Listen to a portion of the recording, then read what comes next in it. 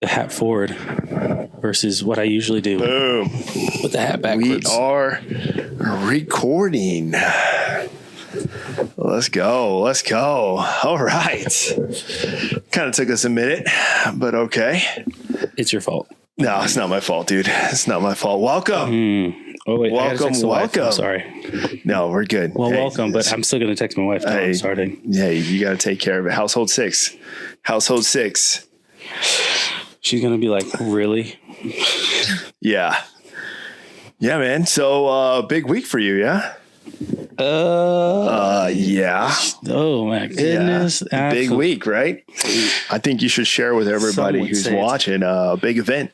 Oh man, I don't even know. I don't like talking about it. Dude, you should talk about it. Why? And I'll tell you right now, I wanted to go up and give a whole speech. I'll tell you right now. I had something already laid out. Oh, did you? But then I saw you had a major come in, and then I was like, all right, dude, first, this guy I'm assuming a mentor, someone is coming in.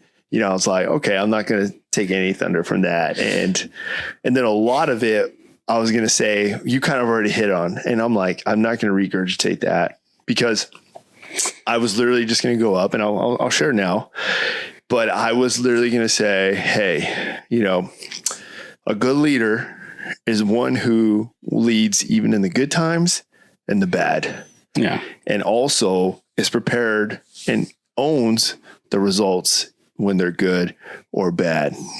And it's through resilience is what makes that leader rise above, you know, and deal with those hardships. And I was going to say, and Sergeant Wilcox, you know, Q, however I know him, this is a man of resilience right here. And his family being here is a perfect sign of that and is an example of that.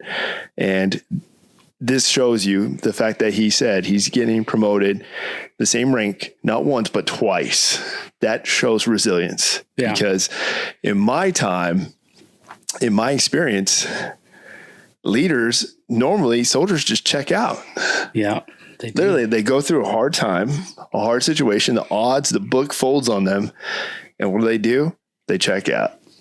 You know, and then it's like, okay, hey, you're doing exactly what everybody expected you to do. Yeah. So why not do something different? And you were an example of that. Well, you know, it's funny. So yes, as I'm sure you all have all surmised. I didn't mean to spill the news. No, it's fine. I was going to do an episode on it, kind of more or less. Anyway, but yeah.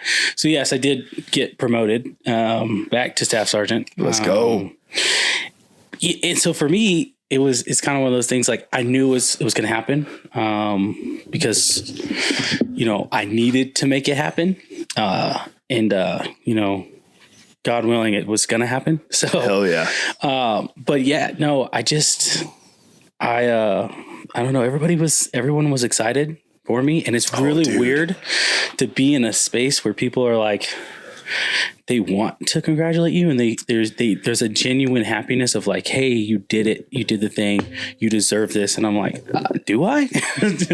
Hell yeah. Like one of the first sergeants, he was talking to me, and he goes, hey man, well deserved, you deserve this, and I was like, thank you. Like I don't respond well to praise.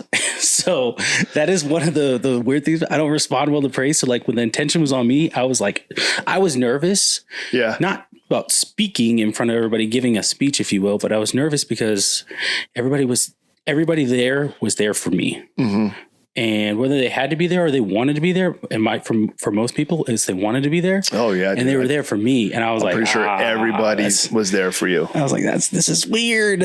No, dude, that's an example though, and no one, you know, it's funny you say that, but you know, any good leader, you know, that I've worked with, or a good leader, doesn't really do it for the praise or the accolades or the awards. They don't do it. In fact, the good leaders don't really even know how to handle that. It's just more of like, hey, wait, I'm getting an award for this? No, like keep it. I just did what I was supposed to. I'm just doing my job. Yeah. That's all. I'm just doing my duty. Isn't this what everybody else does? So. Yeah, man. And that's totally understandable. That's just another sign of, yeah. Hey, what, one of your soldiers even said, hey, especially of all soldiers, that one soldier. Yes. So when she said something, I didn't know. It sounded like she threw someone under the bus too. Oh, she definitely did. I'm curious to know definitely who. Threw someone on the bus. I won't spill the beans, but no, when she was when she's like, oh, I do want to say something, and I was like, oh my goodness, I've never had a soldier ever want to say anything. It's like, hopefully it's not bad, and then for it to be something good and praise and just like, hey, that's you're an amazing leader. I was like, oh my gosh, I was a little nervous. Like I don't want to make it sound like I was never loved as a kid, but like I don't receive praise well because I'm just like, I don't know how to react. I don't know how to respond. I don't know what the proper emotional response is here. So, dude, I just want to know who she was throwing under the bus. I'm curious. That's what I'm curious about. I'm pretty sure all the other leaders were like, wait, what? Oh, so yeah, I did forget that was said. And I was like, when she said it, I was like, oh my gosh, yes. And I kept a smile on my face, like, yeah. But in my head, she said it, and I immediately knew who she's talking about. Well, I guess I have two people in my mind, but they're more or less combined individuals. Oh, okay. Okay. I'm thinking about it more now. I feel like it's three. Ooh. Because it was the first one. I'm guessing it's from the prior section. Yeah, it was the very first one. He's the one who got kicked out of country. Okay. And then because that was kind of there was a betrayal there from my understanding. And then the second one was someone we are very familiar with and we interact on a daily basis with. Mm-hmm. And then the third one, drum roll. The third one is, I can't say because they watch. So. Oh, guys. Hey, you know what? We're leaders in the good times and the bad. And there's one thing I've learned that even as a leader, my job of learning is never done. Yeah. Like literally, I try to engage soldiers that I've led or soldiers that I'm even leading. And I'll tell them, hey guys, it's been 3 months. Hey, let's go ahead and sit down. We're going to do a little informal counseling, but it's more tailored towards me. All right. Let's do a quick little after action review on me. All right. Me being your platoon sergeant. Hey, give me some things I've done really well on that you guys want to see sustained and give me some improves. What can we do? You know, and I have to take that with thick skin, like even as a leader, I'm sure. Well, I think I've never done that. I definitely should do that. I should definitely incorporate that because I had a leader in the past, Sergeant First Class type, at a previous location that will be undisclosed. But everybody, all of my friends who I worked with, they know who I'm talking about. This individual is the opposite of a leader. But believes themselves to be a leader. Ooh. So they are living in this facade that they are this extraordinary leader and everyone just appreciates them because everyone's lying to this individual's face. They're lying to this individual's face and they tell this individual what they want to hear. At times, after a while, it just is like, no, you suck. And you may be a Sergeant First Class and whatnot, but like, you need to hear this because no one has obviously ever told you that you suck and you need to improve. Dude. But this person had been in for so long, they're stuck in their ways and they were trying to make 8. And everyone was aware from the top down that this individual is probably never going to see 8 or might see 8 only because if a war came. So if a person gets promoted because of war, then you just know they were one of the last few options. Dude, there. You know, and I get asked this all the time, but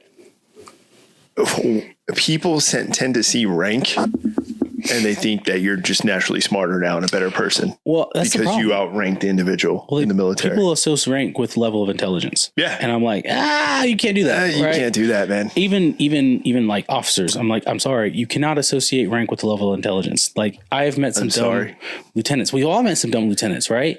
But like even then, and this is what I tell even the soldiers, like, so there's a soldier that he's 28, 29 years old. Yep. Right. So he's same age as I am. And I'm actually, it's both of the E's in the opposite. So one's 28 and one's 29, same age, one's older, right? They're both technically older than me, but I'm a leader to them. And I had a conversation with them. And I told them, I said, hey man, you may be older than me, but understand something.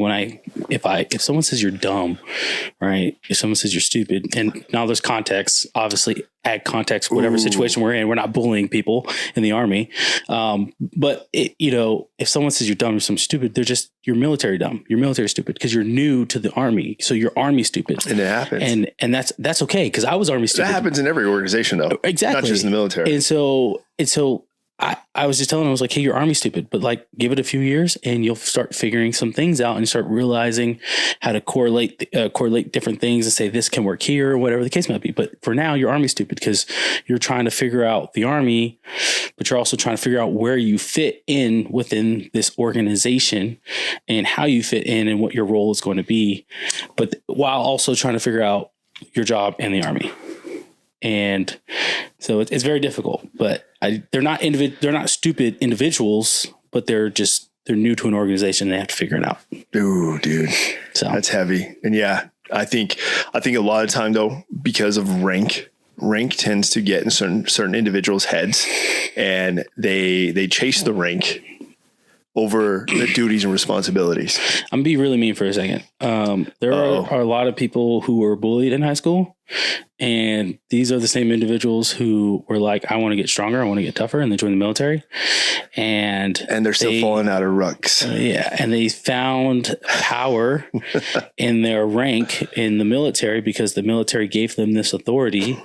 And so now some of these people who were bullied in high school who are like, now I get to take all of these transgressions that have happened to me and take it out on these people who are under me now, because there's people under me. And those people tend to be the people who find leadership in the military. And you're like, you were bullied in high school, weren't you? They're like, oh, no, I wasn't. And then after a while, you're like, yeah, you were. I could tell. Yeah, you were. You were bullied in high school because there's no humility. All right. From speaking for personally, I was the one more or less doing the bullying for a short stint while in my high school career. I could see that. I could see that. That's kind of messed up. Hey, I don't mean to interrupt, guys. By the way, we also have tonight in this episode, we also have a special civilian liaison, as you would say. It's funny, he's pointing. One of our astounding producers who's not on camera, but you will occasionally hear her voice, and a professional here in the civilian sector as well. And so she'll throw some influence every now and then, and feel free, you can chime in at any time, especially if you agree with me that he definitely has the perception of a possible bully in his younger days. Possible? No, I was a bully. There's no possibility. I was a bully. You can believe that. I didn't get that vibe. Could you believe that? I didn't get that vibe. I mean, I can believe it. I didn't get that vibe. See, because here's the thing. I see different personalities in my students, and there's some of them where you'll go half the year and you'll hear something and be like, no, not her, not him. So no, your teachers probably knew you were a bully, or you were going to be a bully before you knew one. Sometimes it's not who you think. And then you're like, they tricked you. You always feel like they tricked you. You're like, oh my God, I thought you were.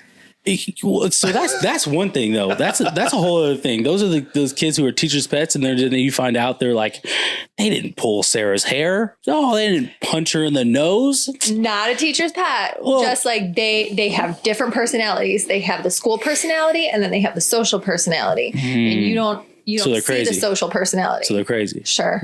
Yes. So you don't see the social personality because they're so, well behaved in school, and, they say all the right things and do all the right things. And you're like, no, I can't see. You can't see them in that situation. But then you'll witness it. We'll go out at recess, or you see them outside of school or something. You're like, oh, they might have done that. Man, you're kind of an asshole.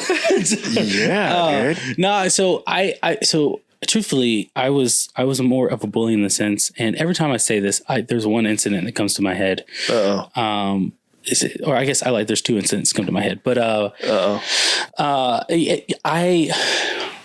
was angry. You know what I mean? I was angry. And Well, I mean, not at sense. not at people, not or indirect. I guess I was mad at people, but I was angry at myself, and I was angry at life, and I was angry at basketball because I wanted to be this.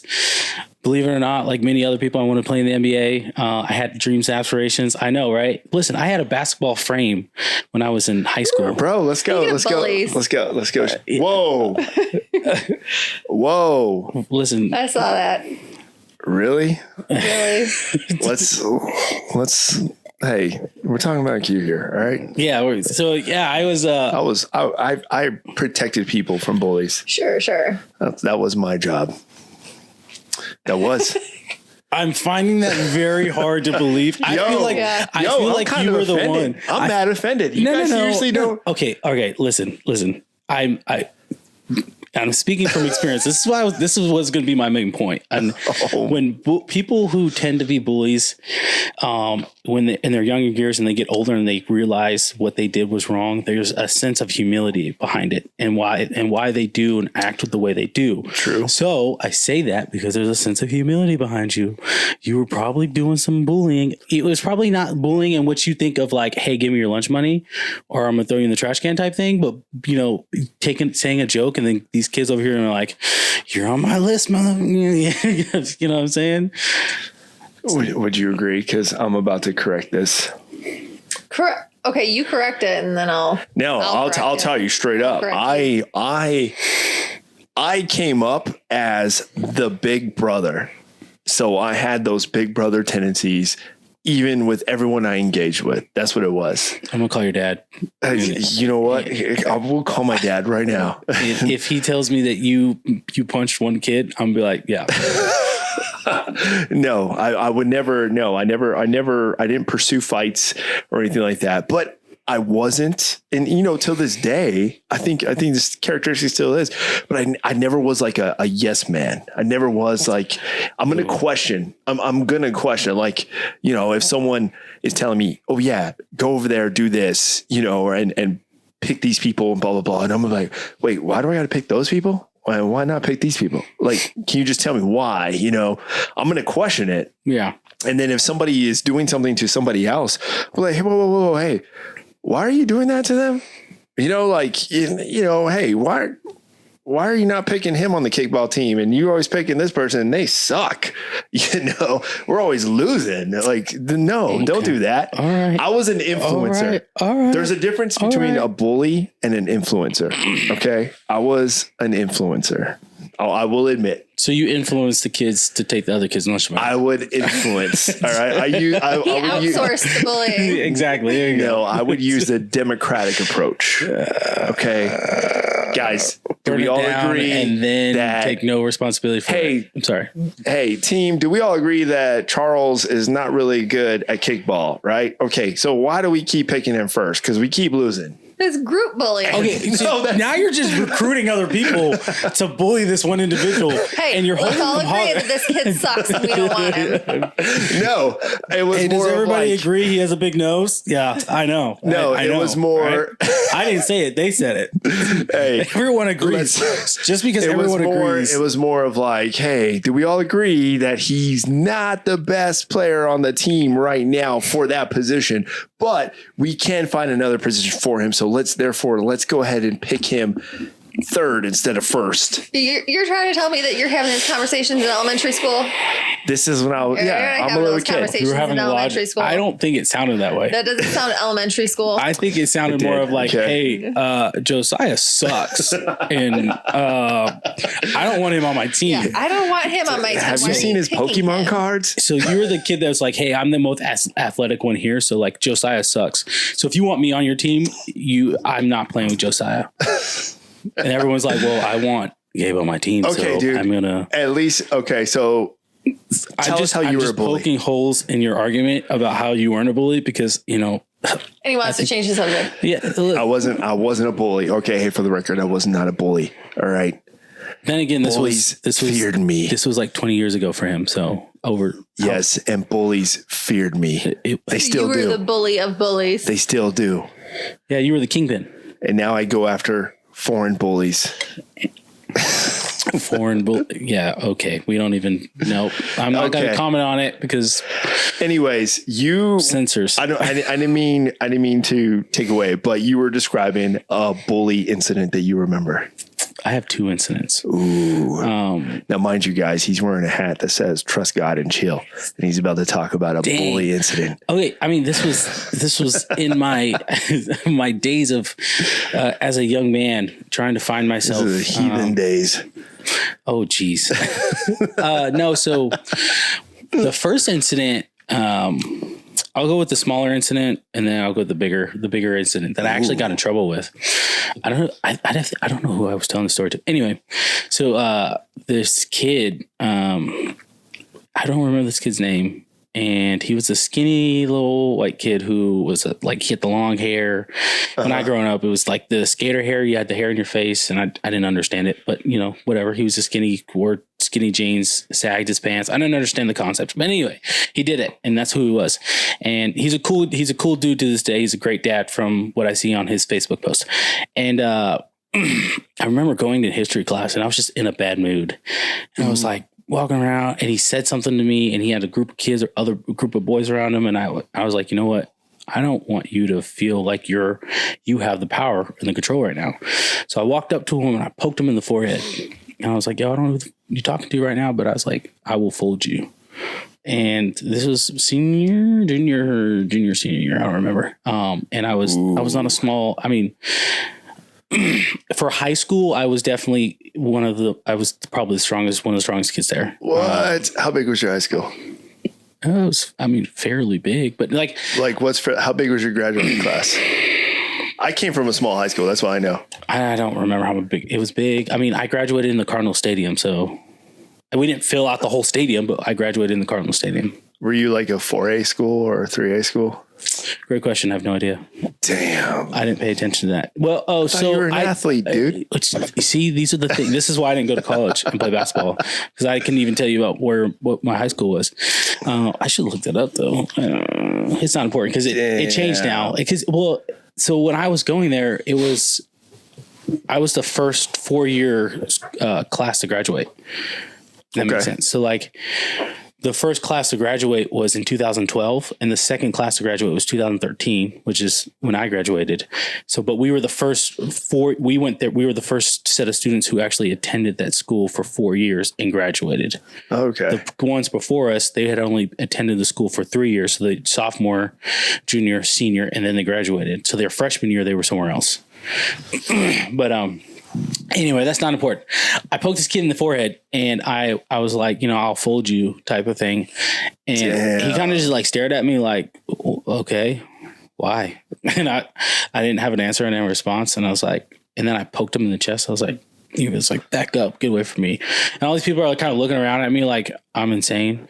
And then I remember a few weeks afterwards getting not bullied, but getting made fun of for poking a kid in the chest and like, oh yeah, I'm going to fight you. And you got made fun because I poked him in the chest. You don't because you poked a kid in the chest. You don't poke people in the chest and then say you're going to fight them. It's a more of a weak man. Grew up a different dude. Well, you didn't make fun of the dude who's poking kids in the chest. Well, I'm not going to lie. This was Arizona. Okay. This was not, California or in your case, maybe New Mexico. That's right. Which is lowrider capital. I said this last time. It's a shitty state. Lowrider capital. Do not go to New Mexico. Watch that. Watch it. Go to New Mexico. I'm not going to lie to you. Best chili you're ever going to have in your whole life. I'm not going to lie to you. If Mexico invaded and they took New Mexico, I wouldn't fight. I would be like, you can have it. See, but you're not taking Arizona or Texas, so I go after that bully. Definitely though. Not Texas. Definitely not Texas. I would go after that bully. You would go after me? No, I'd go after that bully who's trying to take over New Mexico. I'm gonna do whatever I can to protect the innocent. Why? What is in New Mexico? Life minus white sands. What is in New Mexico? American life, Chile, the land of enchantment. They should all. Just the land of enchantment. It's a beautiful country, bro. You have to go explore New Mexico, man. Do you know your countries? Do you know your countries? It's definitely a state. Yeah, it is. You said it's a beautiful country. But I'm saying it's state. beautiful country though. Like you go out there, the term country Desert is not gorgeous. Desert is not gorgeous. Please do not sell a lie. Do not sell a lie. You only know the desert. What do you mean? How do I know? Dude, Google Lincoln National Forest. Just Google that. Google There's a forest in New Mexico. Of cactus? Oh my gosh. Of cactus? You're what a is teacher. It? Will you please educate bushes? this guy? What do you mean? Just educate me. Seriously, New Mexico. Why can't, I mean, you're from there. Yeah.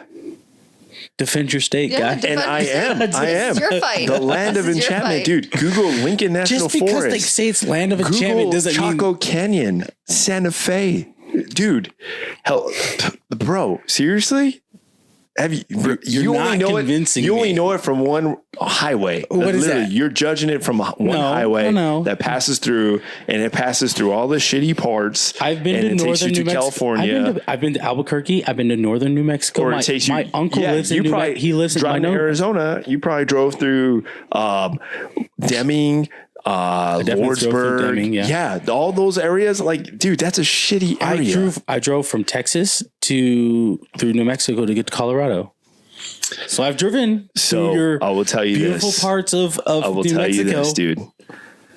Go to next 4-day pass. There's we're a taking Las bros Vegas, New Mexico. I'm taking them out there. Is it Las? Is it New Mexico? there is. Yeah, it's Las Vegas, New There is a Mexico. Las Vegas, and New it's Mexico. like 10 miles long. And I just think to myself, like, whose It's a dumb idea mining was town. this? It's a mining town. Oh, is it? Old historic mining town. Oh. Yes, Las Vegas is an old mining town. There's even a D2 Division II college there. In Las Vegas, New Mexico. Yep, I believe Western New Mexico? Yeah, Western New Mexico. I've been there, and there is nothing there, Dude, it is a mining. It's a bunch of haunted buildings, dude. Ghost Adventure's been there. I'm all right. Well, that's how famous it is. That's some demon stuff, and I'm not going there now. So I don't do ghosts and stuff. But if Ghost Adventures has been there, you know that shit's on the map. So there you go. That's true. I rest my case. That's what you're gonna rest your case rest on. my case. Ghost Adventures. Go to New Mexico. Ghost Adventures Go been to there, New so Mexico. therefore it is Travel. a legitimate state now. Eat the great food. Experience the great culture. and then- Don't listen to what he's saying. Then live in the bathroom for the rest of your time No. there. So No, you will not. because you have bowels of steel now. If you eat chili in Arizona, you're going to go to the bathroom. That's for sure. Oh well, I don't recommend eating chili in Arizona. It's already hot in Arizona. You don't want to eat another hot object in Arizona. I wouldn't do that. So yeah, that was the first incident. And when I was bullying, sorry, we went on a complete derailment here. It happens. That was the first incident. But then the second incident, I didn't even know I was bullying. But I don't like telling the story because I had a counselor in the Army tell me I should have been arrested. So let me tell you the story first. There was this game in high school where I don't remember what led to it, but all I know is that if you lost, you got punched in the chest. And then like kids, they could hold you down. They will hold your arms and you get punched in the chest. Was that game called Smear the Q word? Did you ever play that game? I'm not going to say it in air, but Smear the Q word. We used to play that game. I don't remember it being. You used to play that game and you're not a bully. No, all of us kids used to play this. No, we used to play this game. Like that's the kind of game we used to play as kids, like little kids. We used to literally play this game called Smear the Q word. That's what it was called. And what we would do was all of us kids will line up and we kick a ball, and whoever got to the ball first was not the Q word, and then he has to peg somebody with the ball, but the last one to be pegged. But if you catch the ball, they're automatically the Q. Well, okay, so no, it's a weird game, but we used to play this game. I played normal games as a kid, but no, New Mexico, man, that was not. Yeah, that game's not a thing. Not anymore. Not anymore. Because never mind, dude. There's TikToks of a game that's kind of like similar. Guys are like literally spinning a bottle. They like circle around, they spin the bottle, and then or they pick up an egg, and whoever the bottle turns on, everybody else has to run, and the one that has to pick up the egg and go hit them. That is technically it's the same concept, but that person who gets hit with the egg would be technically the Q word in the game if we were playing in that time. I It's the same definitely want style. to play that game with the egg. But anyway, not what he calls it. We are 'cause, ruthless. You know, it's New Mexico, and that's what they do. New down Mexico there. boys are ruthless. Remember that. I'm telling you, you're bullied. So no, so I don't remember the game. I don't know what I don't forget what led up to the game. But in the end, if you lost, you got punched in the chest. Ooh. So and this sounds like a typical bullying situation. I'm not gonna lie. You know, in the bathroom during class, and play the game, and you know, he lost. So I was like, all right, man, he's trying to get it. And he's a skinny little white kid. His name was Darian. Skinny little kid, man. Damn, skinny you still kid, know man. his name? Yeah, well, I Have mean, you hit him up? No. Is he on Facebook? I don't know. I'm not gonna look for him. Hey, let's hit him up right now. Shoot him a message. Why? I don't even know if he's on Facebook. Send him a Facebook message. You think we can find him? I don't know his last name. Dude, hey, Darian. What would you say? What would you type right now? Are you friends with people from high school? Dude, no, low key. Your friends of friends, people you may know. Okay, that requires no. Imagine though. Imagine right now. What would be if you had 2 sentences to tell him right now? What would you tell him if you had to send a message in 2 sentences? Oh, that you wouldn't want to hear what I had to say, bro. Really? It wouldn't be anything nice, dude. Your hat says "Trust God and chill." I do trust God, and I am chill.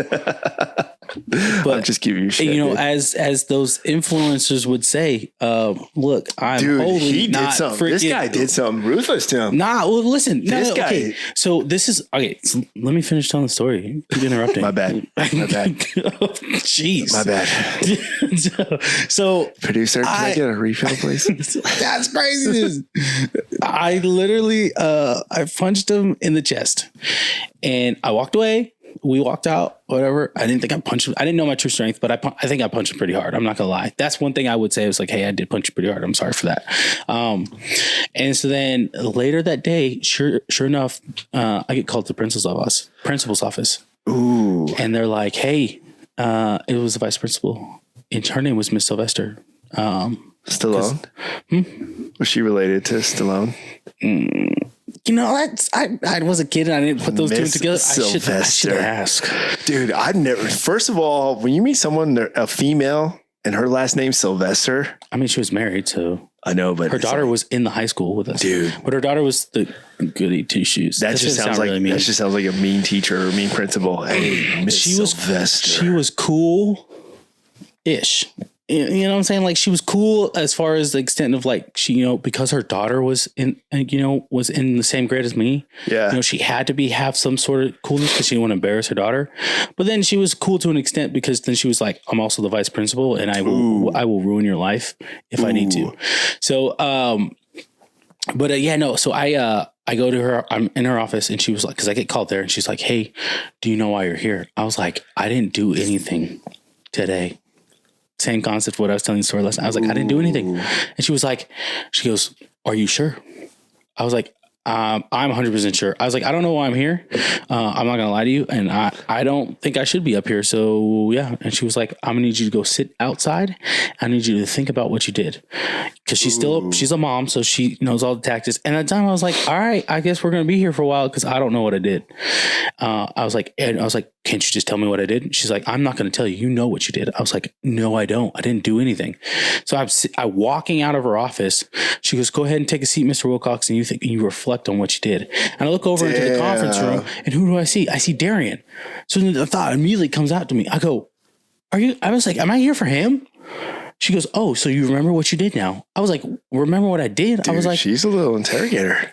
Oh yeah. I was like, what do you mean? I was like, yeah, I did hit him. I was like, but we were playing a game. And she goes, Mr. Wilcox, punching students is unacceptable in this school. It will not be tolerated. I was like, yeah, but we were playing the game. I was like, if he would have won, he would have punched me and you guys would have never known about it. And you guys would have accepted that. I see what happened. But because I won and I punched him and I'm stronger than he is, and he didn't like that, he's now telling on me. And now I'm getting punished for something that he agreed to participate in. All right. So, again, I was in high school. I didn't, say those things because I didn't think to say those things at the time. But that is now as I reflect upon it, that is one of the things I thought about. Like, I'm getting punished for something that he agreed to participate in. And if the roles were reversed, I wouldn't and I didn't say anything. Imagine if I did say anything though, right? And I said, "Hey, this little skinny kid punched me, right? And he hit me. What are you going to do about it?" I believe the reaction would have been. It was like, "Well, Mr. Wilcox, well, come on. Did he really hit you? Did it hurt you or something? Or are you just here trying to get someone in trouble?" Nope. They would have called your parents, right? Like, you know what I mean? Like, they would have said, "Hey, Mr. Wilcox just admitted to doing this and this. He's in the office. Please come." So that's what it gets to. That it gets even better. So I'm like, she goes, "Come back to my office." We sit down and I tell her what happened. She goes, "Well," and she pulls out the student handbook. Oh, I hate when they do that. They pull out the student handbook and they're like, "Well, per the student handbook, and this being your fifth or sixth offense," I don't remember what offense it was. I think it was my fifth offense. And she's like, "Per this being your fifth offense." Yeah, I was a bad kid. She was like, you're going to get suspended for 10 days. And because it added up to 10 days because it was my fifth offense and it was an assault on a student, if you will. And, I mean, I say this, but that's exactly what it was. I did hit somebody. And then it was, yeah, but you guys were playing a game. And again, but okay, so it doesn't sound good, right? Because it was bad because we were in the bathroom and there was 3 students and she tried to get me to admit who the other student was. But you know what's funny? I didn't rat on the student. Ain't no snitch. But Darian didn't either. Darian refused to say who the other student was. It's his homie. So I was like, hold on. So they planned this. The other kid held him down. Yep. As I punched him. Ooh. And I said, hold him down. Like he just grabbed his arms and then I punched him.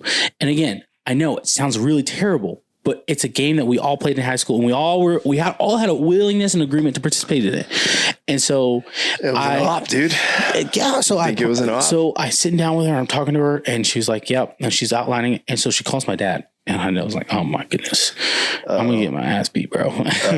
And so my dad's like, hello. And she's like, hi, this is Mrs. Sylvester with Shadow Ridge High School, vice principal. I'm calling to inform you that I have your son, Quan Wilcox, in my office for the following offense. And she outlined it, right, in a very political way, if you will. And he was like, is this true? And he's over the phone. And I was like, yeah, but I was like, we were playing a game. Like we all play the game. He goes, that's unacceptable. That's not tolerated. You won't be doing that, blah, blah, blah. And so he comes up to the high school and we're sitting there in the office and they're having a conversation. And I'm just like, I'm trying to like explain, like, this was a game. I don't think it's fair that I'm being punished for a game that we all agreed to, that all the males in the high school agreed to play. I don't think it's fair that I'm getting punished for it. And now we didn't have some written constitution that said, hey, all males have agreed to be participants in this game. But before we started the game, I said, hey, are you playing? And he was like, yeah, I'm playing. And then I was like, all right. And so then we did it. And then I punched him and he lost and I punched him. So he admitted to participating in the game and then up until he lost. So anyway, excuse me, I get suspended for 10 days. Damn. I get suspended for 10 days and it got changed to 9 because I did a program that was on a weekend and I had to be there for 8 hours. 9 days. 10 days to 9 days. Yo, it only took one day. I was upset. So yeah, I would have been like, yeah, screw that program. Well, I was going to say screw the program, but my dad was the one who made me do it. So daddies. Hey, don't lie. Did he spank you? No, I was too old. Did you get spanked as a kid? I did. It stopped when when I got to high school, it stopped. Yeah, same here. I got spanked a lot. It slowly started to dwindle down as 8th grade, but only a couple times. It only took a couple times. We were my dad's just his voice and his presence when he was yelling was enough to make us stop. We didn't need it. We didn't need to get spanked. So I'm getting to that point with my daughter. Ooh. So like I was like. I can yell like you can pick up that mic too whenever you're done. Yeah. Sorry. It's harder. You can bring it closer so we can hear you. Well, it's the echo. It's caused the echo. That's why. Yeah, you can sit closer. If you like. You won't get in the camera view. You won't. You're fine. You can stare into the light though. In the light. Yeah, dude. No, I used to get spanked. as a kid. You know, a lot of us did. Up until, you know what, though? It's crazy. My youngest sister, and hey, Aaliyah, you know I love you regardless, but I'm still your big brother. Because Aaliyah, because of the artist? Well, I guess you can say that. It's also a Hebrew name. But yeah, dude, I found out my name's Hebrew. I didn't even realize that. But Gabriel's a Hebrew name. I didn't even realize that. Well, I mean, I think Gabriel's, isn't he one of the angels? Yeah, that's right. That's right. Remember that. Well, I mean, Michael's better, but anyway, go ahead. Anyways, that's a whole nother episode. No, but you could tell out of all of my siblings, the ones who when we got that spanking growing up, and then the ones who didn't get the spanking growing up, the ones who just got the stern, you're grounded. Go to your room and think about what you did. You could see the separation just amongst my brothers and sisters. So that's why I ask, you know, given your upbringing, obviously, I take it was from a very stern and Christian upbringing. You know, I'm assuming, you know, your dad also didn't spare the rod, you know, when it came time to correct the child. Okay. So I will say this. And again, it's going to sound like my dad was beating me and my brother, but that's not what the case was. We definitely deserve to get our ass whooped at times. Most of the time, I'm not going to lie. And so his stick was a PVC pipe that he had configured with. I like hearing about these. He built a handle on this PVC toys pipe. Of correction. And so that he had one under his bed and he had one that he kept in the car. Oh, let me tell you. Yeah, travel one. Oh my God. You know your boys are always getting in some shit if you got to come up with a travel one. Have you ever had the car stop, be pulled over, and he was like, oh, okay, yep, let's go. Get outside. And get your freaking butt whooped. Yeah, I haven't had that. Listen, I love my dad, and he didn't beat me. That's not the case. Y'all are just weak. So but yeah, so he shows up to the school and he's having this conversation, and then basically it was in the middle of this conversation, she was like, well, do you feel bad for what you did? And I was like, honestly, no. I said, because I did say this. I was like, no. I was like, we were playing the game and I didn't think anything of it because he said he was playing the game too. And she goes, Mr. Wilcox, punching another student is not acceptable. And I was like, I understand that part of it, but I don't understand why I'm getting in trouble if he was playing the game too. Because again, my mind as a kid was, we were playing a game. My intentions weren't bad. My intentions weren't malicious. My intentions were, we were playing a game. Right. And yet it involved a physical violence, if you will. Yeah. But my intentions were, we were playing a game and he agreed to play the game. And so it was all fun and games. And it wasn't like I maliciously punched him and was like, yeah, and remember the name. You know what I mean? Like, no, it was like I punched him, was like, damn, bro. I was like, hey, you all right though? Like, good. I even asked him afterwards. He was like, yeah, I'm good, man. I'm good. And so I got suspended for 10 days, and then I had to do like a in-school counseling group, if you will, for bad students. Did he punch you too? No, because he lost. So like the game, I don't remember what the game was. I wish I remembered. I really do, because it would make complete sense. I have to ask my brother if he remembers. But if you lost, you got punched in the chest. And then it would require like 3 to 4 students, because then whoever is playing, if you lost, the 2 students or 1 student could hold your hands back and you would have to get punched in the chest. Now, everyone was had the same understanding. The goal is not to freaking damage anybody's body here. It's just it's a punch, but it's not like you don't need to be like hold back and just like, it was like, not like a boom and that's it. Whatever. That was it. It was just a game. But obviously adults, they see it differently. They didn't see it that way. And so I got suspended for 10 days. I'm sorry. That was the point I was making. We're having this conversation and she was like, well, you need to take these 10 days to reflect. And I was like, well, when I get back, he'll get what's coming to him. And she was like, oh, are we adding threatening to our list of charges, if you will? And I was like, no. Cause she starts scrolling through the handbook. And I was like, I'm just simply saying that God will punish him when the time comes. And they're like, well, explain more on that. I was like, no, I'm good. Cause I could already tell you want more. You want to add more. You want me to be in trouble. You are looking for me to be in trouble at this point. You want me to be in trouble. Yeah, she's setting you up. Man. And so I was like, nope, that's all I'm going to say, and my dad wanted to expand on the conversation. I was like, nope, I'm good. Because I meant what I said, like initially I was like, I was upset. I was pissed because I was like, I want to have a conversation with him. Like, I was like, can I talk to him? She's like, no, you cannot talk to him. You have assaulted a student. You cannot talk to the victim.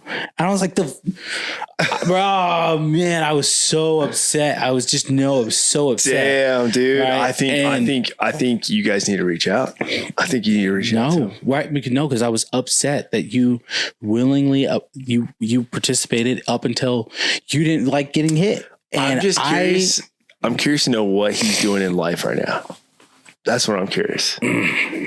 Aren't you curious too? Like, I'm curious. Obviously, with that kind of upbringing, it's like, dude, hey, what are you doing in life right now? I don't care.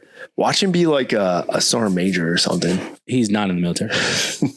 I can tell you right now, he's not in the military. Well, then watch him be like a most Wall of the Street. kids. He's not. Maybe he's not that smart. Well, at least when I knew him, he wasn't that smart. But sure, I'm sure most people would say that about me too. That could have been a turning point for him right there. You probably learned it was a turning point for you and a turning point for him. Well, he avoided me for the rest of the high school. Ooh, right, because he knew. Because there was one point where he tried to come talk to me, and he was like, "Hey, man, I didn't mean anything." I was like, "Nah, bro." I say, "Listen, if I see you again and you come over and talk to me again, just know it's not going to end well for you." So I highly recommend that I highly recommend you find the other side of the hallway very quickly. But then after a week, I forgot. You were a bully. I forgot about. 100%. I was. I said that. Did I not admit that? I said I was a bully. I acknowledged that I was a bully in high school. You were. And then I joined the Army, and I met bigger bullies. And I realized very quickly, there's a lot of bullies. I am a very small human being here. And so that is why the humility I have, well, at least I believe I have some amount of humility and humbleness within me. No, that's good. So that's very necessary. I don't like I said, I only have that because I was the guy who was, dishing it out, only because I was just angry at the world and I wanted to find a person to take it out on. So, damn. What about you? What do you think? You think our producer was a bully here? No, teacher. Anybody who becomes a teacher is never a bully. I think the opposite though. I think bullies would want to be a teacher. No, why? What? I don't know. I feel like it's bullies just a way have to just no interest. Get back in the system. I lied. I don't think bullies have any interest in being teachers. I had an interest in being a teacher because I love history, but being a history teacher. I could see you as a teacher. History teachers are cool. You know what? I could see you as a teacher. I don't like other people's kids. But I could still see you. I could still see you as a teacher. I think you wouldn't shy from providing that mentorship 100%. And that educational piece. 100%. I could see that. But I can see you having an issue with the rules, the educational board, or 100%. Whoever it is who's telling you how to teach. I could see you having an issue with that. That would be my thing. I would be like, hey, listen, I'll teach your, which has to be tough. It has to be tough for teachers. I don't think they pay dealing enough. With that. I don't think they pay enough. That's another reason. I definitely don't think they get paid enough. What do you think? For the hours they work. Are you rich over there? You secretly have a secret dough. In cash. I'm his sugar mama. Oh, there you go. See, I knew it. See, if you want to know how much sergeant first classes make in the military, just Google it and it'll tell you they make $40,000. That's it. Do you really? You don't make $40,000. That's it. I make less than that. You make 90. I make way less than that too. That's crazy. No, you don't. Yeah, I do. You ain't got to lie, Craig. Yeah, I do. You ain't got to lie. Look. Yeah, I do. They can Google how much you make. They can Google it. But don't forget to factor in my plasma donation. You get your volunteer hours. There you go. I'm kidding. No, but I don't think teachers make a lot. That's teachers definitely don't make a lot, dude. To deal with what they got to deal with. Holy crap! I cannot imagine that. The hard thing about me wrapping my head around being a teacher was like allowing a kid to say something crazy to me. Like I said, imagine a kid telling you to shut up. Imagine a kid telling you to shut up, and you have to be the adult in the situation to be like, yo, bro, I will choke the shit out of you. But you can't shut up. You can't say that. I'm going to be louder. You can't say that. And you just have to be like, Mr. Smith, can you please sit down? That's inappropriate language at school. I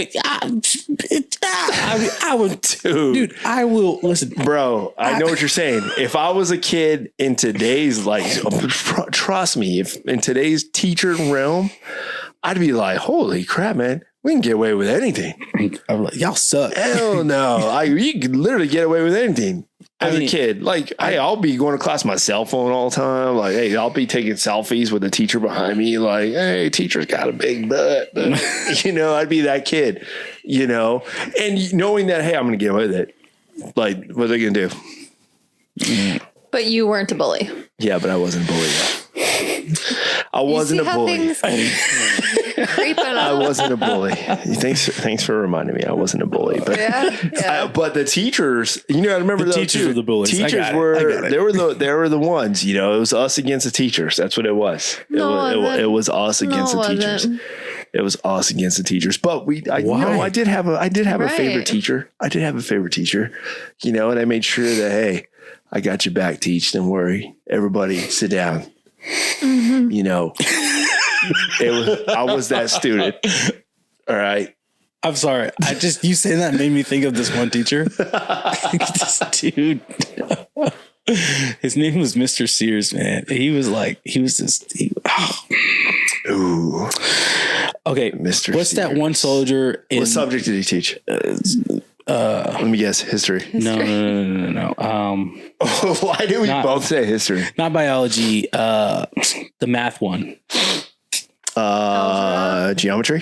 There we go. Dude, I hate him. I couldn't think of what it was called, but he was in the Navy. I'll never forget my geometry teacher. He was all right. Okay. She hated me. So he was in the Navy, and but not because you weren't a bully. No, of course not. He was an angel. I was. And so he was in the Navy. And so there was a few times where he would bring up his experience in the Navy. And so at the time when you're a kid and you hear someone's in the Navy, you immediately think Navy SEALs or whatever. So you're like, so the kids are like, oh, did you kill anybody? But we're looking at this dude who is not the representation of a sailor that you want to see. Nice. He's fat. Oh yeah, he was okay. He was a bag of pudding. I'm gonna say what he's meaning to say, team. All right, sorry, I'm that guy. Listen, because his wife was awesome. My wife loved his wife. His wife was a teacher as well at the same school, so his wife was awesome. I wasn't a fan of him, but anyway, nonetheless, yeah, he was a bag of pudding. So. A bag of pudding. When's the last time you heard that? A bag of pudding. I'm just trying to put it into perspective. It was a bag of pudding. Never heard that. I don't eat pudding out of a bag. It was a bag of pudding. I don't know anyone who does. I like that. Can you imagine don't you be a bag of pudding tomorrow? That'd be nasty, wouldn't it? A bag of pudding? Yeah. It's pretty nasty. Okay, so you see my point. He was a bag of pudding. The next counseling. So I remember one time, like he's talking about his time in the Navy, and he was talking about like, well, I had top secret clearance and all this jazz. And so, hindsight 2020. These guys at the time, I was like, oh, this guy, he's done it. He's been through it, right? I mean, man. So he goes to stop a fight one time, and he runs into a fist. Ooh. And he doesn't get back up. And so I remember just sitting there thinking to myself, like when you said that, you're like, oh yeah, I there was that one teacher I always protect. I was like, yeah. This guy I was like, dude, you cannot sit here and talk about how the Navy and who you were and then get punched by a high school student, by accident because you wanted to be, a hero and you get punched and you get knocked out. You're not even the one in the fight, dude. Nope. Not in the fight. He ran over there. He's like, hey, stop fighting. I'm coming to save the day. And this is embarrassing. It was two girls who were fighting. Ooh. Not to say that girls are weak, but like I'm just saying. This just it. You said girls are weak. I'm just saying that he was a bag of pudding. So that's it. Would you stop a fight? Hell no. Oh, you just let it happen? Yeah. Yeah. So if you saw a fight, in trouble for that, you are not worth my job. You were like, you don't pay me enough to stop fights. You don't pay me enough. You're not worth my job. I'm not losing anything over. So would you get in trouble for stopping a fight? Is that what you're saying? Would I get in trouble for it? Yeah. Like you said, it's not worth your job. So there's a possibility. You don't know. I mean, 99% of the time, probably not. You're dealing with like normal people, but then you can get that one person where, like you'll get that student that'll go home and be like, oh, the teacher tried to stop it, but she pulled me and she hit me, or, she did this or she did that. And, I'm not messing with that. You're not worth my job. True. I would be the teacher, and be like, you won't hit him in the face though. Dude, no. That's it? That's all you got? You gonna take that, dude? You can just get up and take that? That's why I deal with elementary students. It never gets to that point. Yeah. So I like high school students. I couldn't be a teacher. I like high school students. It never gets to that point. No? No. I mean, the students who do get physically violent, they're usually in self-contained classroom because they're a threat to... Self-contained? Is this a prison? No, but there is there's a behavior guard learning with a gun environment and a stick. He's like, get out of line. They have a teacher who is trained in behavior management. So they're like, for the one that we have, there's only a couple students in there. So, but they are known to have violent outbursts that could be harmful to themselves or other students or the teacher. So they have to be. So every student has to be in least restrictive environment. And in order to be placed into that behavior environment, he had to, he had to try these different environments, and he became a threat to other students. And so all this, paperwork, documentation, everything. Okay, this proves this is the best environment for him to be in to learn.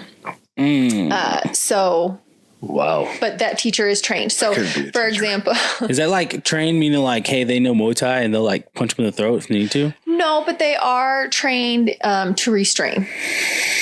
So there's restraining techniques. Why don't you just what's wrong with macing a child?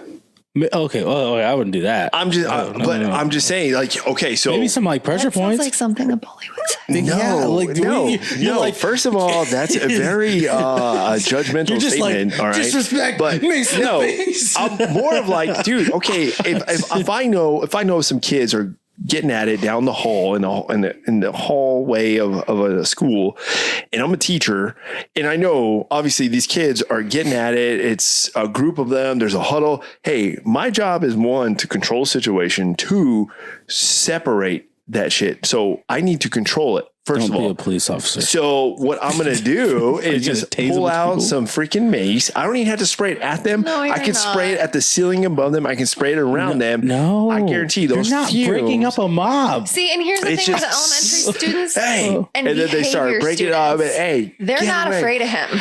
They're not afraid of anybody. Oh, that's craziness. Who's not? They don't have enough life experience of people telling them for them to get to that level. They do not have enough I'll get to them the one way that I know will get to them. That's take their cell phone away.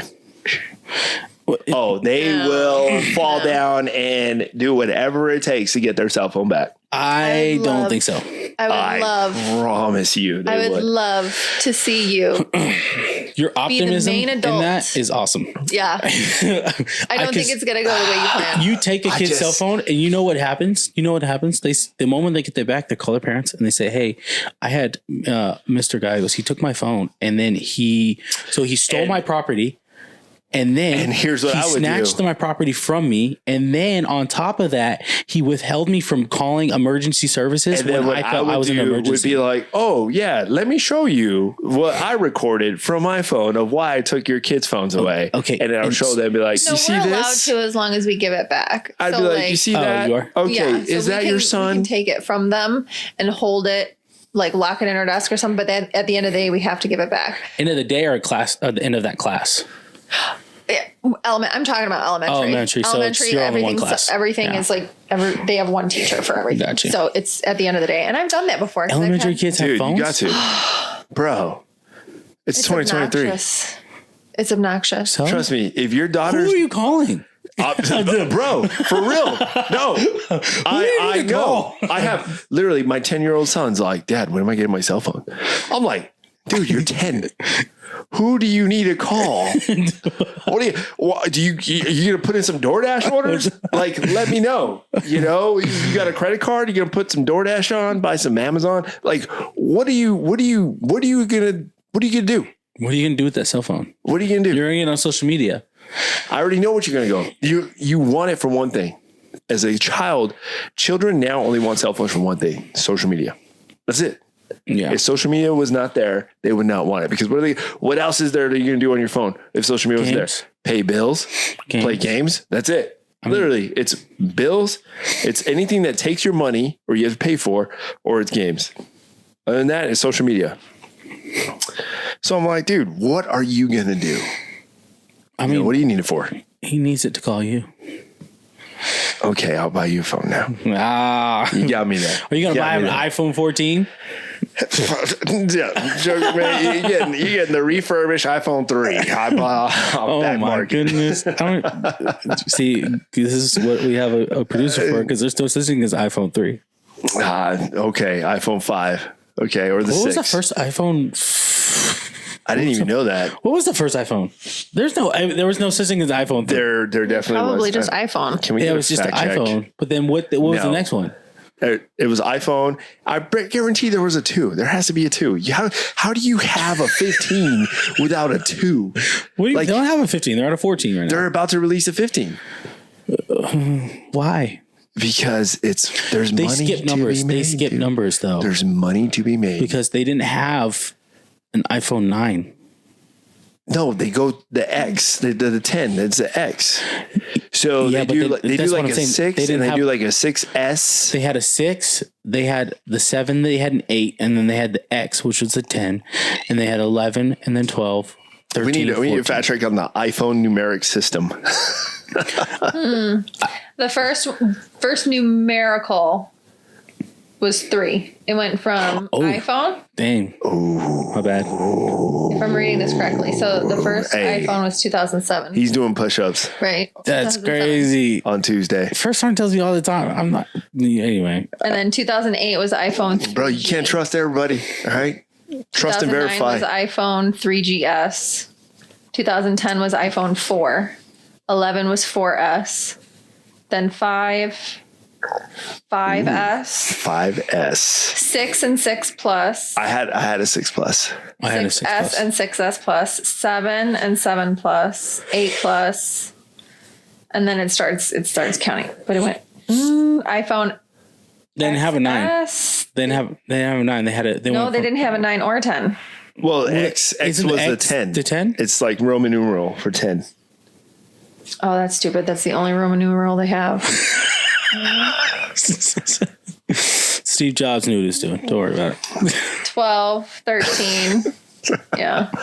What'd you say? I said Steve Jobs knew what What'd he you was doing. say? Dude, that was a very, that tone that you asked that. Hey, what'd you say? That was a very teacher moment. That was, that was. Yeah, that was. I was reading. I'm sorry. What did you? Not hearing correctly. I see, but that's why, like, kids, I don't know. I need to be able to be mean without, like. So let me ask you this, as a father, when are you going to allow your daughters to have a cell phone? I'm not gonna lie. Like, can come off very. I want you to be real though. I like think here, because obviously you're going to have your first initial stern father answer.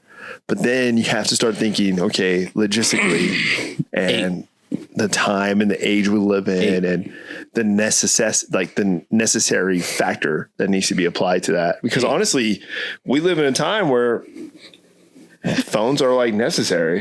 Have you heard my answer? You said 8. Okay, dude. Sometimes I like to just finish my question. I felt like the question was asked and answered. Okay. Onward.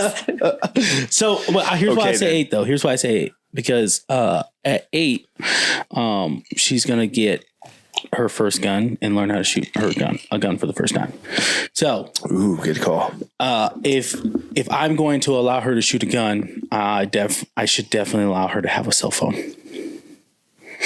I should trust her to have a cell phone. Now, she's going to have the gun by herself, but like, I don't definitely feel a weird approach, but I understand that. I say a weird. I understand that. What I'm saying is, I guess I just wouldn't. I would feel like a hypocrite if I said, "Yeah, she's 8 years old. Time to learn how to shoot a gun." She's gonna be at 22, but learn how to shoot a gun. Yeah. And then her be like, "Can I have a cell phone?" And be like, "Nah, bro. Hey, Dad, do you want to go to the range this weekend? Absolutely. Can I have a cell phone? Nah, you're good."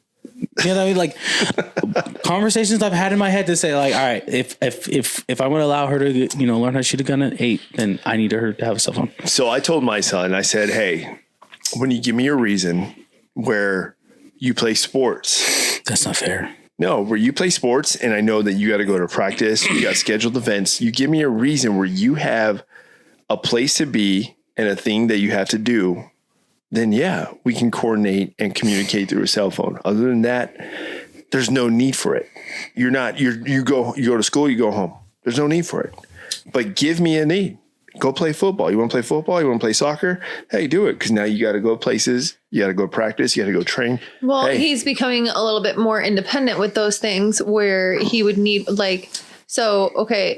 young children, they're with their parents. Yeah. Majority of the time, they don't need one. If you need to talk to somebody, you can use my phone. You can, text, whatever. That's what I said. Right. So you only need a phone. So give me a reason. Not with me. So where you're going to, So I have a question, and I don't want it to like scare you or anything. But it's not gonna scare me, dude. So like, school shootings are a thing now. So like, is that not a solid justification to say, hey, Dad, I need a phone because we live in a world that's at any time something could happen, and I need to be able to contact, my dad who's in the army, who could, who shot, Now, it's funny you say that because a couple Al Qaeda in the face or stuff. Yeah, no, dude, because it is a real thing. It was a real thing. The main thing is one, my son has to know how to react. I have taught him this. We talk about it all the time, because his school had a scare a couple months ago. His school had a scare. School had a scare where it was a child or someone started a fire in the one of the boys' bathrooms and lit the trash on fire. Oh, I've had one of those. Yeah. And it created a big old commotion and set off the alarms. I mean, people were freaking out, and because it's some out of the ordinary. It wasn't planned or nothing. But I had to let him know that there you go. You see, that is that reality. I said, Mijo, you got to understand that you got to be prepared and ready, and you got to know what to do when the time comes. And that's my job. I want to make sure you understand and know what to do. Now granted, he's not going to, obviously in a situation like that, there's not much. Now, if they have a cell phone, that's literally, we live in a time where the cell phone, you call me. But at that point, after the cell phone call, then what? It's you throw the phone at the perpetrator. So that's where the reactions. I'm laughing, but I don't know. I don't know that's where the reactions come, because we're taught, even in our job, even in the military, you're not going to always have comms. True. So what are you going to do? What are you going to do? You better know what to do. Yeah, I mean, we have a plan. We have kind of and I want to make sure, and that same mindset though, I try to instill even in my son. Hey, have a plan. Yeah. Have a plan, dude. have a plan. Don't worry about it. So I have a question for you then. As a teacher, do you guys have like things in place to where you're like, if this were to happen, emergency situation, we gotta do A, B, and C? Yeah, we have protocol, lockdown protocol. There's thanks. I was just grabbing my glass. That's crazy because everyone can hear that, but go ahead. Be great. Well, now that you just pointed it out. I also can see you leaning over there, but yeah, you're just. I was grabbing my glass. Okay, anyways, protocol.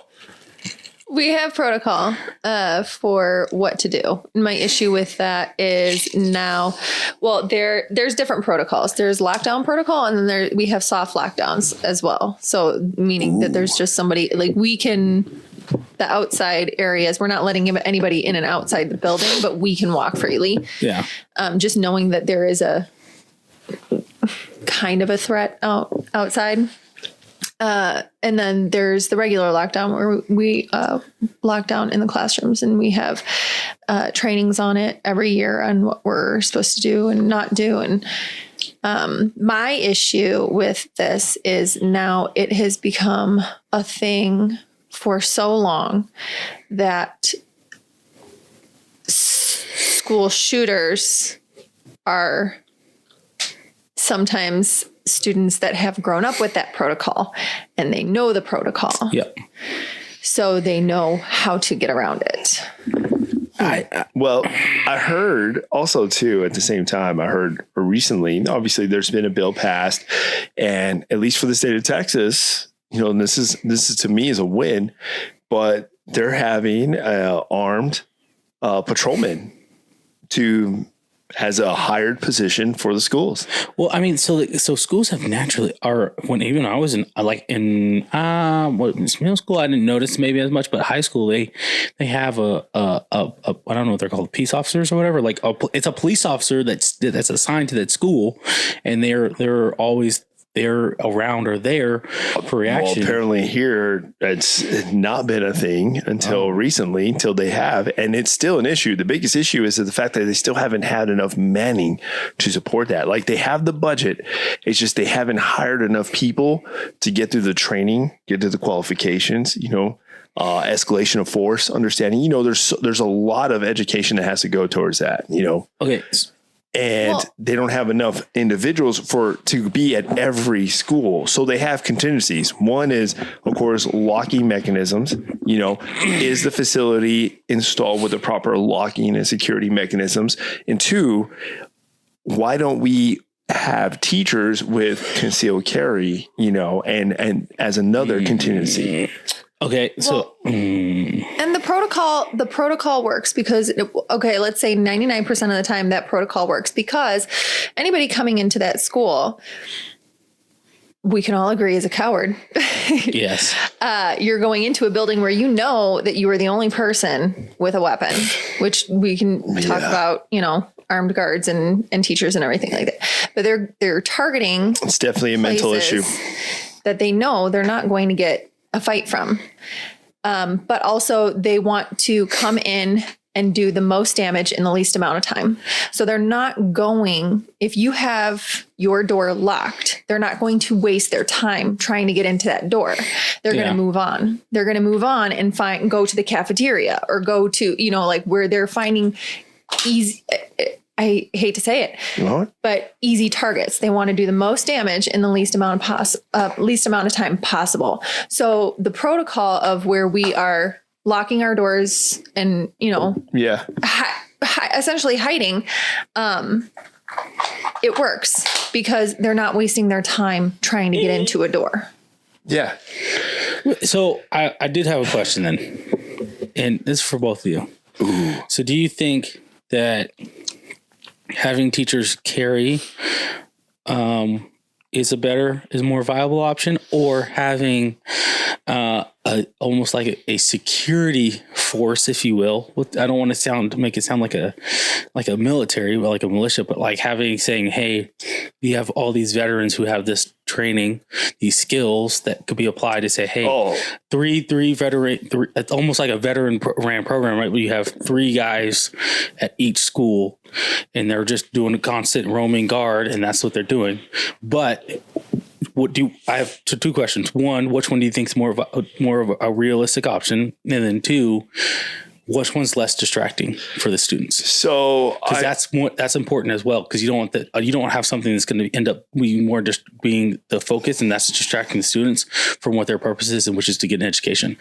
But if it's a public school, then I don't know what you're really getting. So I'll tell you from my opinion and my perspective, and experience, a bad guy with a gun is only stopped by a good guy with a gun. Yeah. That is literally the only way to eliminate that threat.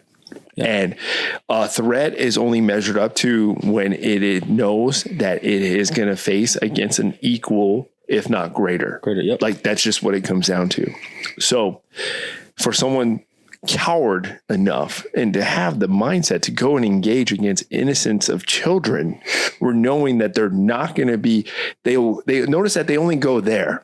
They're not going to go somewhere. They're not going to go shoot up a police station. Nope. Like, you already know, if the narrative is defund the police and F the police, I mean, you're hearing it chanted, but yet, okay, why don't you go shoot up a police station?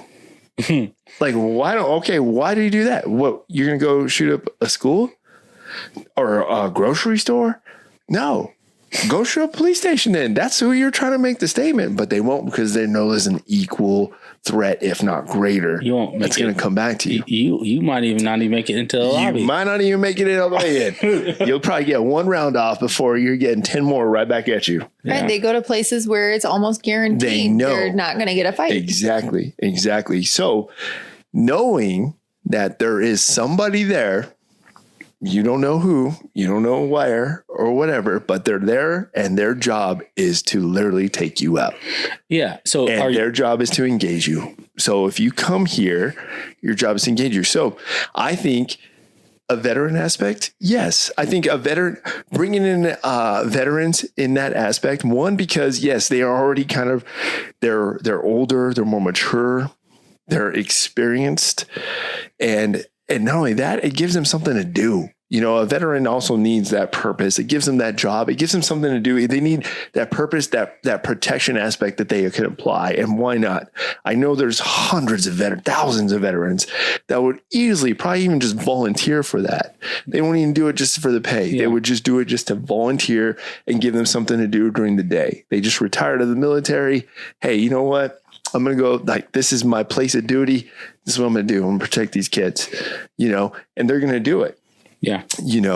But then I also know too, if the state wants to open it up as an open position and a job, because I'll tell you this right now, you go overseas, you're going to see almost military personnel just walking in public places. It's normal. Yeah. It's normal.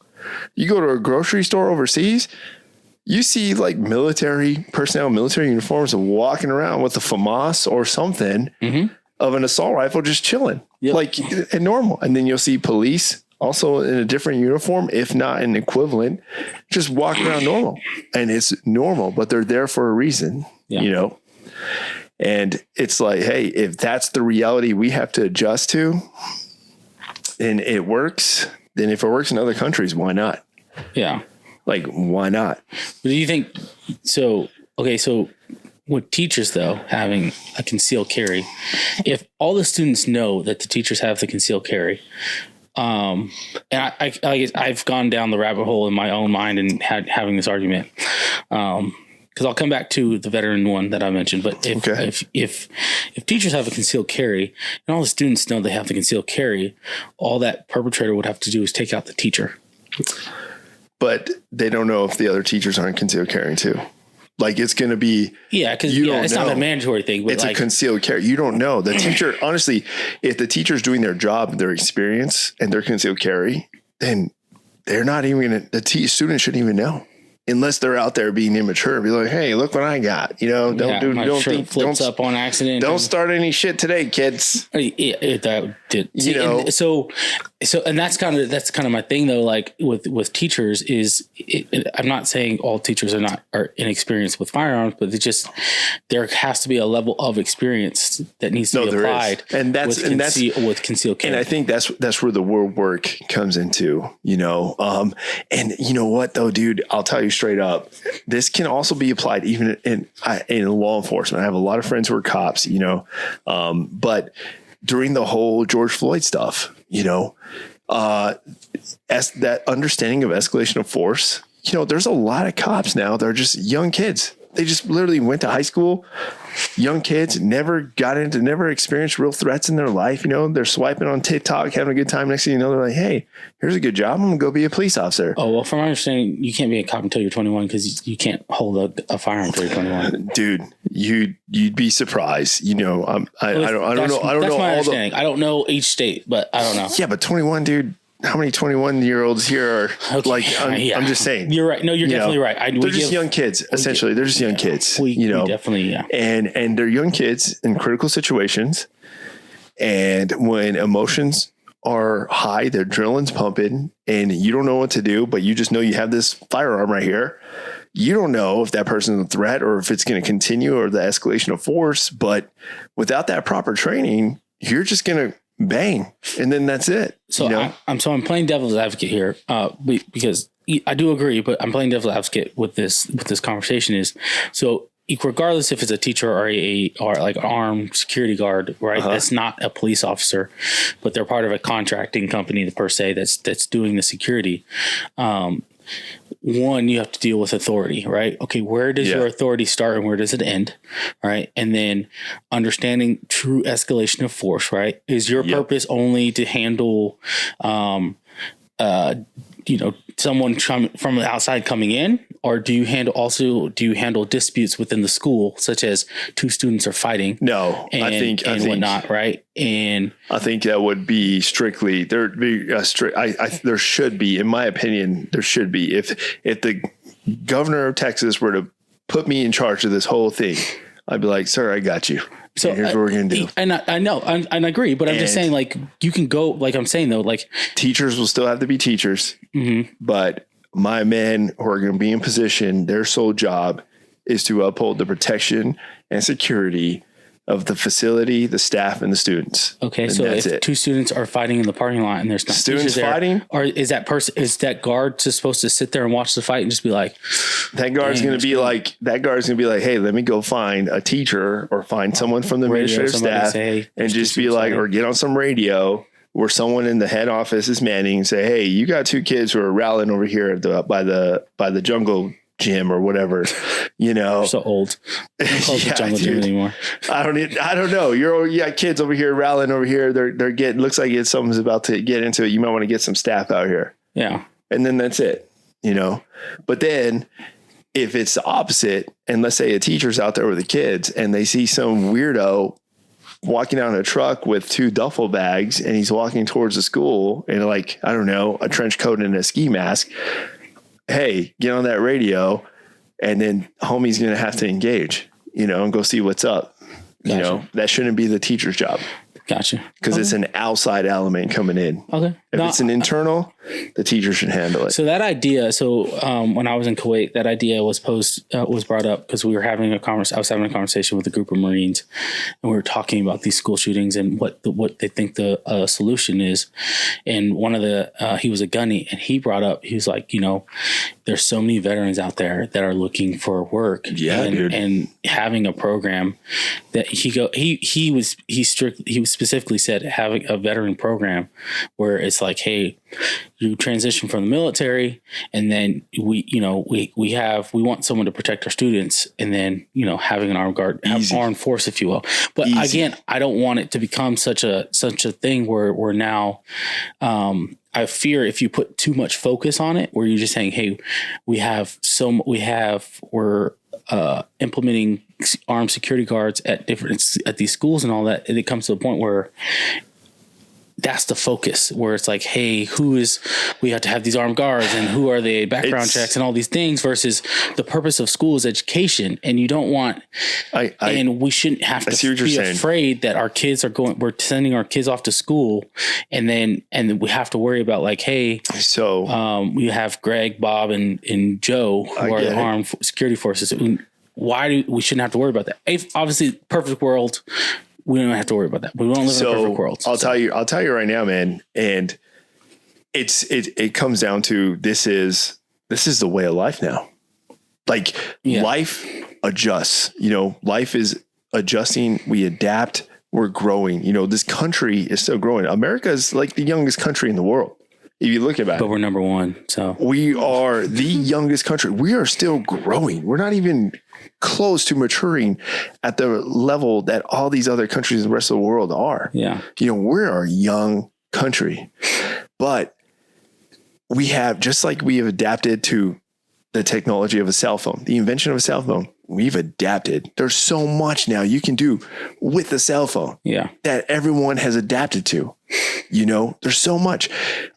Social media, we've adapted, even just from COVID, we've learned so much from COVID, and companies and organizations now have adapted and moved to like telephonic, communication and digital meetings and everything. Like we've adapted.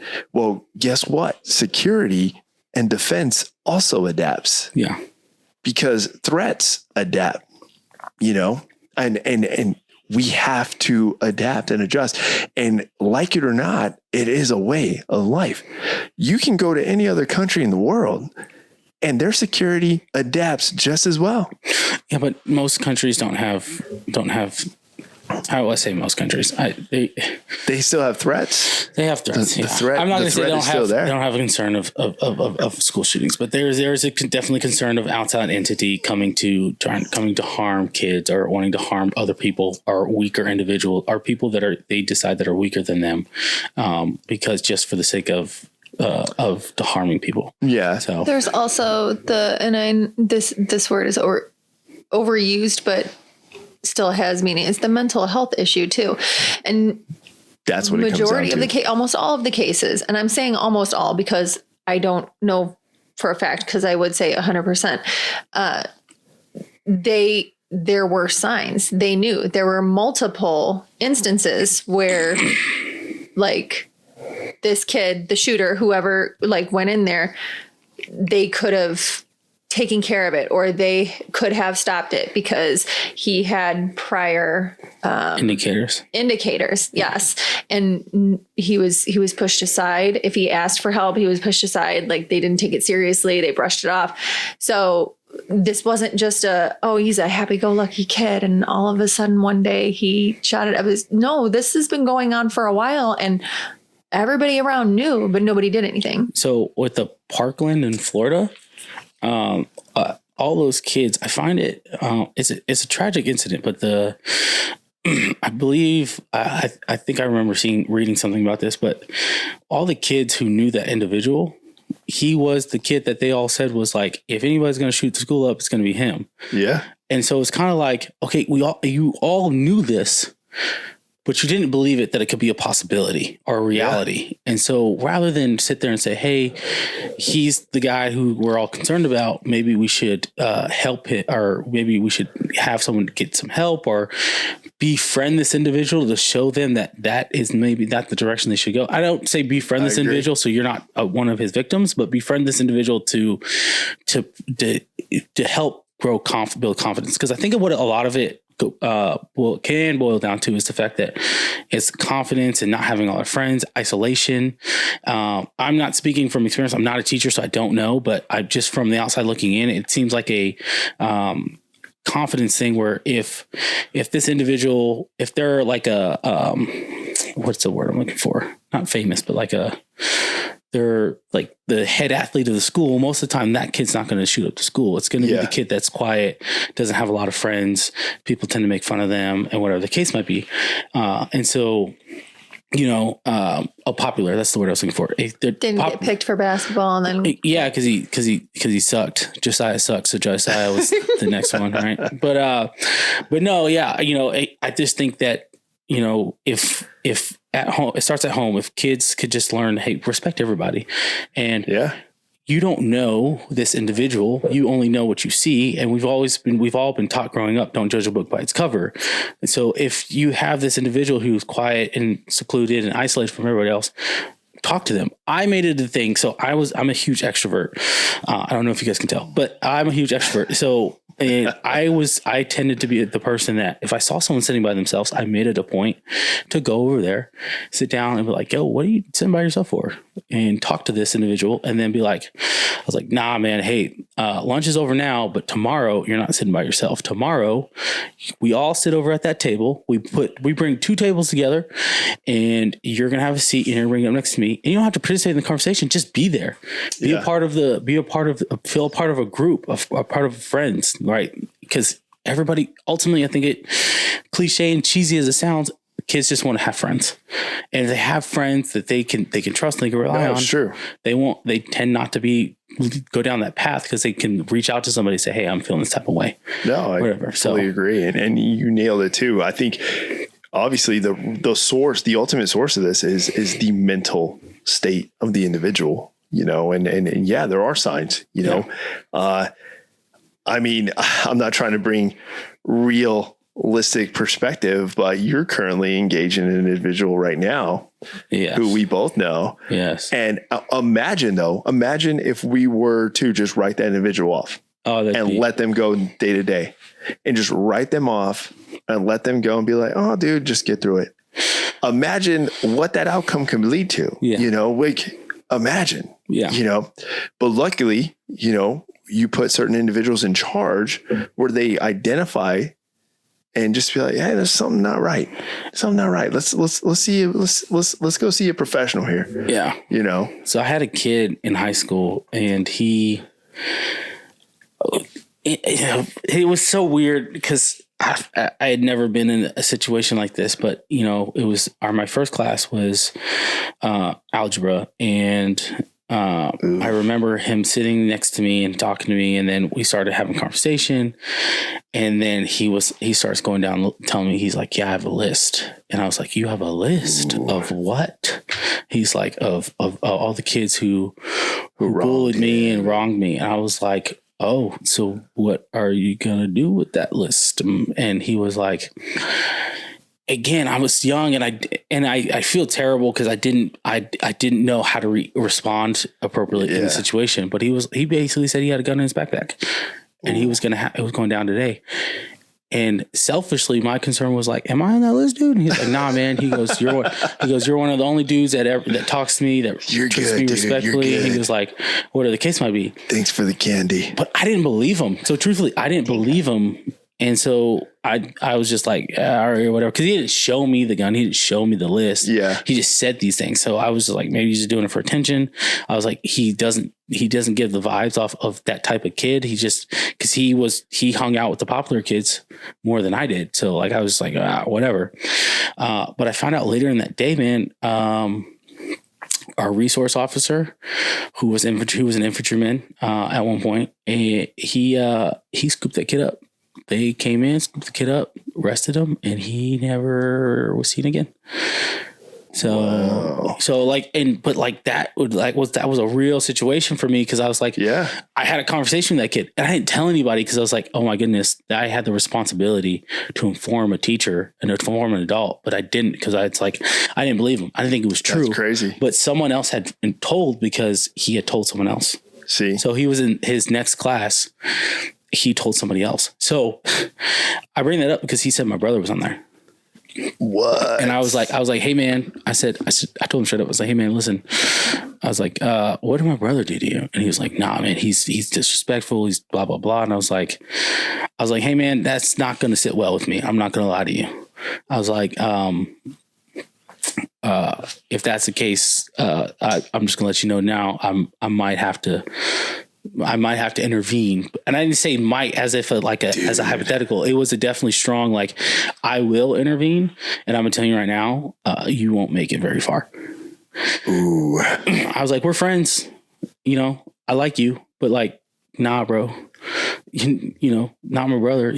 No, I may be fighting with my brother, but like, understand, no, you're not going to get very far. But he told someone else in the next class, and like I said, he got scooped up, and then he was gone. And then I remember asking another student, they're like, yo, yeah, no, they came in the classroom, they grabbed his backpack, they grabbed him, and they didn't drag him out of the classroom, but they escorted him out the classroom very physically, aggressively. There you go. There was like two officers who came in. There was a third one at the door, came in, took him. Jeez, dude. So, man. Well, imagine lives were spared, dude. Yeah. And, but again, like I think about that and I was like, that could have been worse. And I didn't do anything. So, because I didn't. Well, now you gotta sleep with that, dude. It was. Well, I do. I live with that because this was 2012. And so like but like there wasn't, in 2012, for my knowledge, you weren't hearing about school shootings. The school shooting that you heard about was the big one was Columbine. Yeah, Columbine was 99 or 2000. Yeah, that was. Yeah, you guys are older than me, so I wasn't there. That's when it was. I don't remember the date. I think it was 99. I don't remember the date exactly. I just remember the Matrix movie came out. Like it was after the Matrix movie came out. 99. It was 99. Because everybody was making a fuss at because they were walking around in trench coats and they compared it to the movie of the Matrix. Because those two kids showed up they showed up in they had trench coats on and they had pipe bombs. Yeah. So have you seen the movie? The Matrix? No, I know you've seen the Matrix, but the Columbine movie. No, there's a movie. There's a movie, and then there's a documentary / movie thing. I'll be real with you, man. I hate watching those kind of things. No, I do. I don't get me wrong. I don't say watch it because you want I know it's tough for me because I put myself and it's like, dude, oh God, I wish I was there. Like, you want to see because they showed the I'm sorry. I don't think it was a movie. It was a documentary. It was a documentary. Yeah. And in parts of the documentary, they showed real video camera from what's in the cafeteria because their main hub was the cafeteria. And they showed him walking around in the cafeteria, just walking by up to students, point blank. Yeah. Executing them. And asking them, like, do you believe in Jesus and all that stuff? Like, yeah. I remember that was a big thing too. Like they were like going after Christians right off the bat. Yeah. And so like it was terrible. And then hearing the adults, who experienced that, lived through that, talk about their experience and how they're afraid and how they don't want their kids to go and the PTSD they have from that. And I believe it was just egregious.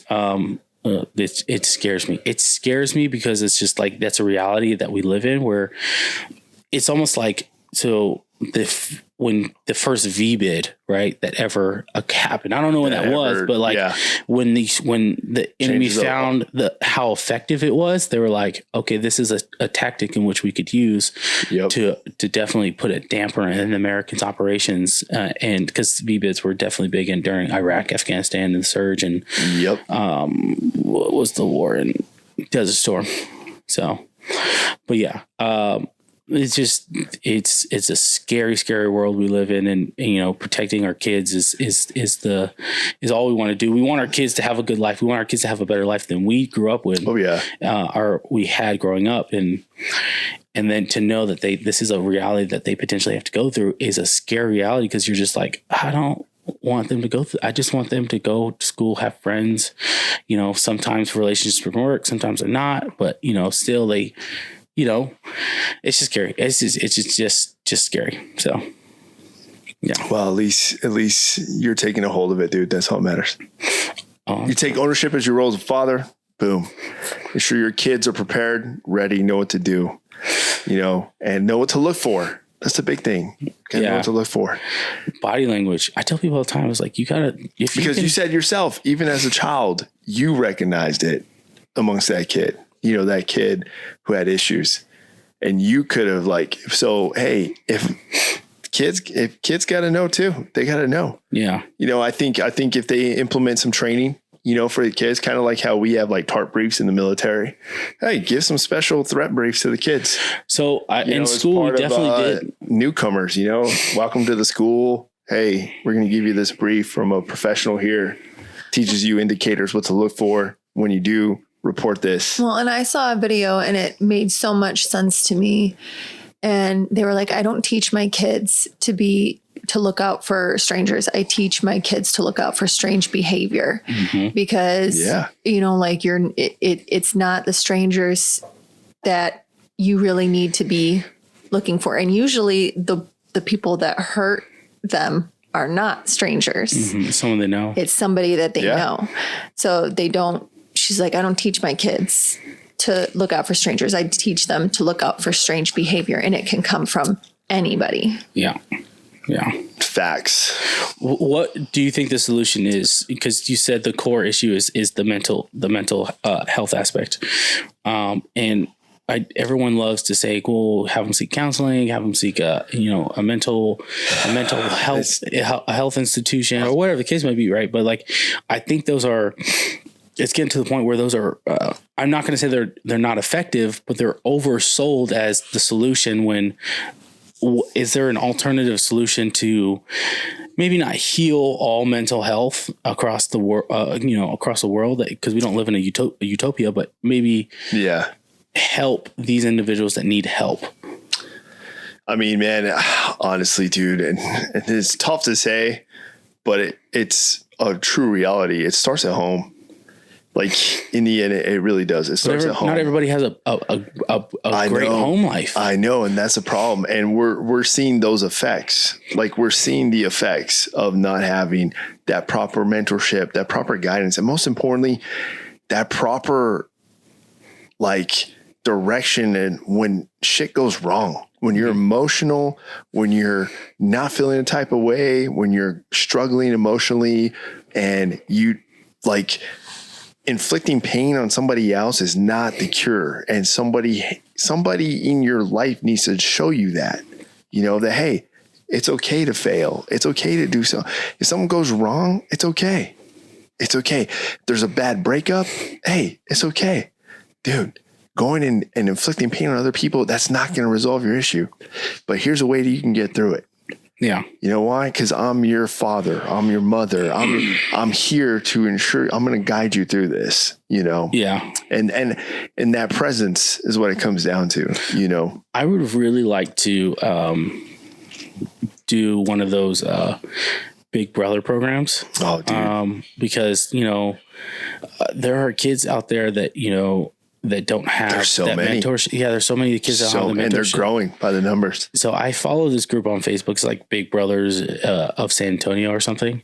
Oh, nice. And because for a while, I definitely thought about being a part of it. And I still do think about being a part of it. I just due to time. It's just tough with your job. You're a husband, you're a father. I get it. Yeah. And so I can't devote a huge part of my time, even though I want to, and this might sound like an excuse, but like I unfortunately I can't devote a bunch of time to that and to these individuals like I want to, because, I want my kids to know that I care for them and I want to be that in their lives. And I spend time with them, because even with the thought of being a youth pastor, it scares me at times, because I don't want my kids to feel like you care more about those kids than you care about your own kids. Yeah, that can be tough. And so it's like, now, like, you're my priority in my life, but like also there are people who also count on me that need that guidance, that mentorship, but kids don't see it that way. They see it black and white. They're like, you either care about me, you don't. And from what I see, you don't care about me because you care about them more.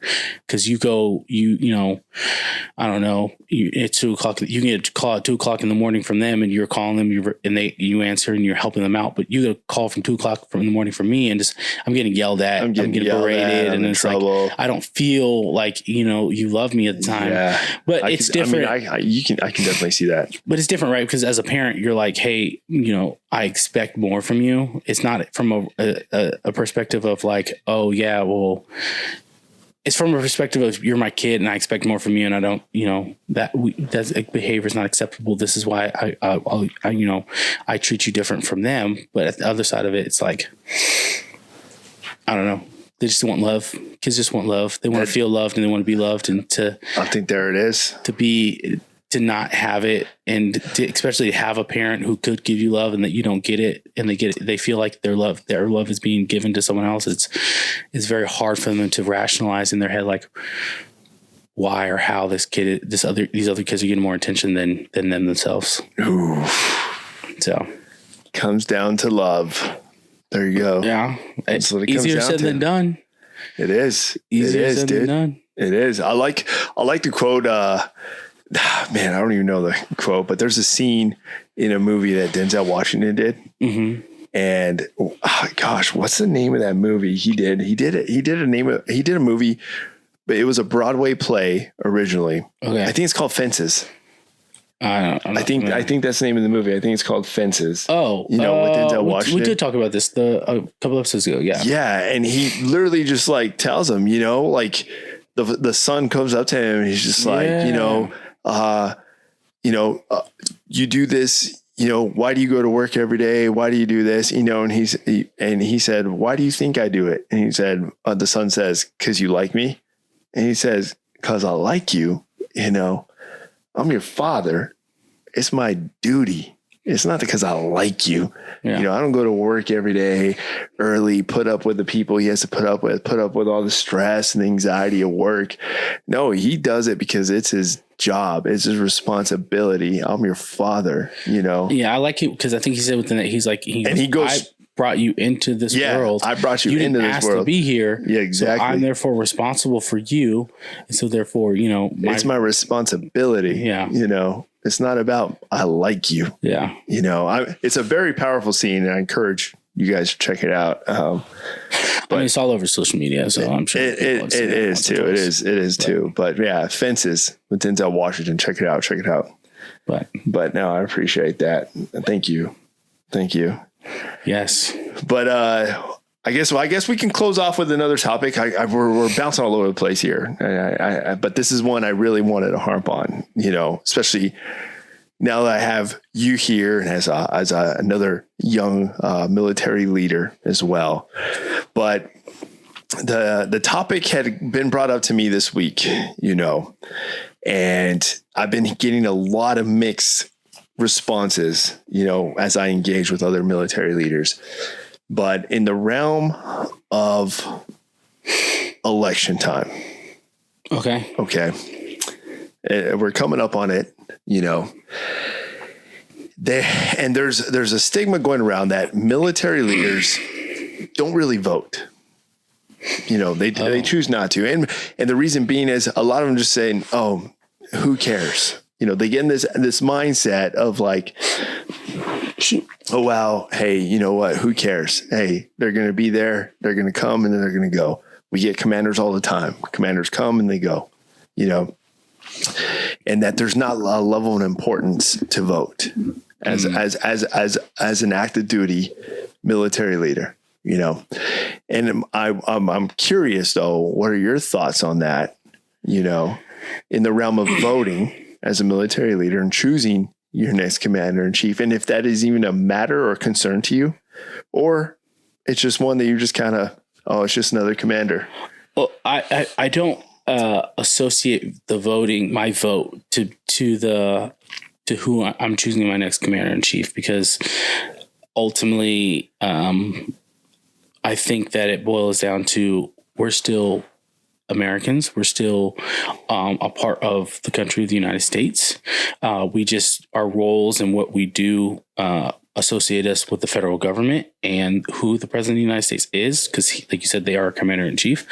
So I don't prioritize that as like, this is who I'm choosing as my commander in chief, and so that's who I'm voting for. I associate it as an individual, right? And everything for me goes back to my kids. What do I want to see?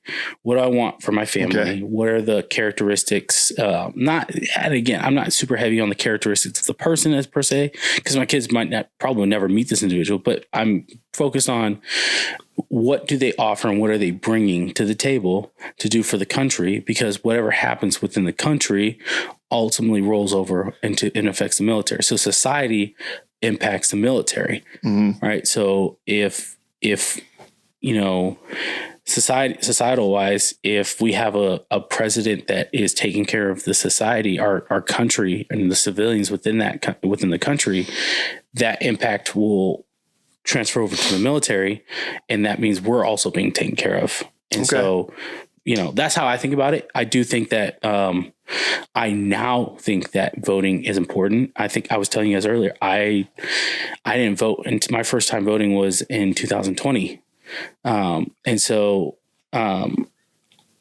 I just, after voting and after everything that's happened, whether you agree or disagree with it, voting to me is important. So now it's like, as a leader, of course I'm going to go vote, but don't vote because you want to, I don't think go vote because like, oh, I have to pick who my next commander in chief is, because that's one aspect of it. Go vote. Yeah, exactly. And for who you think would be the best person to represent you, your family, your community, and the United States. All right. Because that's ultimately who you're choosing. You're choosing the representative of your country. So if you think whoever is running, that individual is the best candidate to do the job, then vote for that individual. So, what about you? Do you guys apply the same thing in your career field? We don't talk about politics. Really? I feel like in the military too. Military, they don't talk about politics. It's not polite. There's 3 things you don't talk about in polite conversation: is religion, politics, and there's a third one that I can't remember. And obviously, like with close friends, it's different. Mm-hmm. But I would not discuss politics at work. Well, because I think with discussing politics now is such a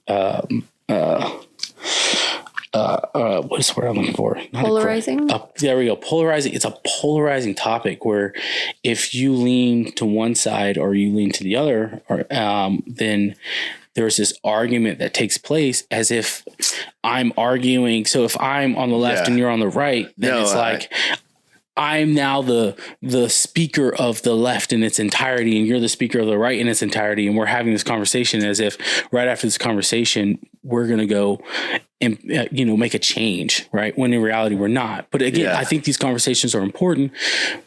But we have to remember it's just a conversation. It's not it shouldn't be well, now I hate you or I dislike you because of your beliefs. No, it's I disagree with you and here's why. And they're like, well, I disagree with you and here's why. And every conversation doesn't need to be, I'm here to change your mind. You know what I mean? No, it's a understanding how the individual thinks and how the individual operates, what their moral foundation is, and where their beliefs come from and why they believe what they believe. It's good to have these conversations.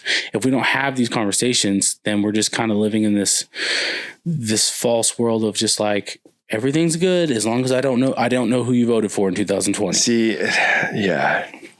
No, and you're right. And that, honestly, dude, that's what inspired the whole comfort in chaos theme, was because there are those chaotic conversations, but in the end it is a conversation. And I'd rather engage in a conversation with somebody who doesn't agree with everything I say, because then it's a one-sided conversation no matter what. And I'd rather learn why you disagree with me, and I try to learn and understand it. Doesn't mean I have to believe it. Doesn't mean I have to follow it, but it just means, hey, I just learned something new here, that I didn't know. And I learned, and sometimes you have that opinion, people have their opinions or their views based off experiences, based off knowledge and skill sets that they have an upbringing to that I don't, and I have a totally different upbringing. So, hey, at least one thing I'm going to get is understanding. And in the end, it is a conversation. And in the end, like you said, we're still Americans. So in the end, we're all on the same team. Yeah. At least that's how it should be. Well, yeah, right. And that's the thing. It's such a divided thing. I can get into the rabbit hole of it, but like a 2-party system is bound to to separate people. You know what I mean? And I think even with the founding fathers, they didn't all agree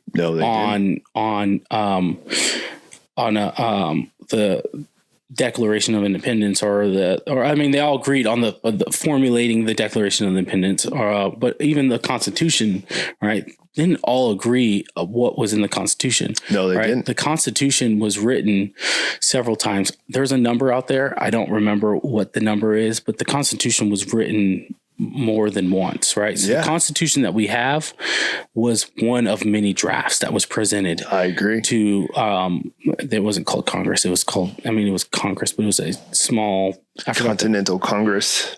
Oh yeah, there we go. That was presented to the Continental Congress that they all agreed upon. It was the majority that said, "Hey, we agree that this will be our Constitution." So we're in a nation that has never always completely agreed with on everything, but ultimately we have decided to say if the majority say yes to this or they say no to this, then this is what we will follow. Yeah. So I just think because these conversations have become such the forefront of everybody's life now, and your identity politics, so we're now all defined by what our political beliefs are, when rather than it's like, hey, that's cool, that's what you believe, but then that doesn't change how I treat you, doesn't change our interactions. That's just what you believe, and that's okay. Yep. Like you can believe you don't need to believe what I believe so we can be friends, right? It might help our friendship, but it doesn't mean our friendship is going to be on the ropes now because you don't believe what I believe in, so. I agree. And I think the fact that, like what you said, though, we don't have these conversations, like that to me is the issue. You go to other countries. Hey, you go to other have those countries. Conversations. I'm not having those conversations at work. No, I totally understand. But the fact is, like, dude, these are people you work with and engage with on a daily basis.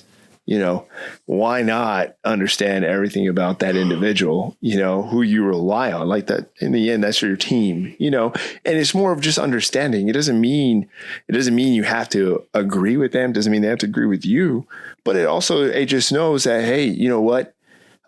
So-and-so had a different upbringing. So I'm not going to put them in this area because they have a different upbringing and it may trigger some certain points, But you're talking about politics. So how does political affiliation help me understand who I work with and make me be a better teacher and work together with? No, it's just more of like, it's not going to make you better, but it more of just being, I guess, an American in a country that was literally built off different ideas, different cultures, I'm literally a country that was built off immigration, and it's where everybody from different cultural upbringings comes together and has a discussion.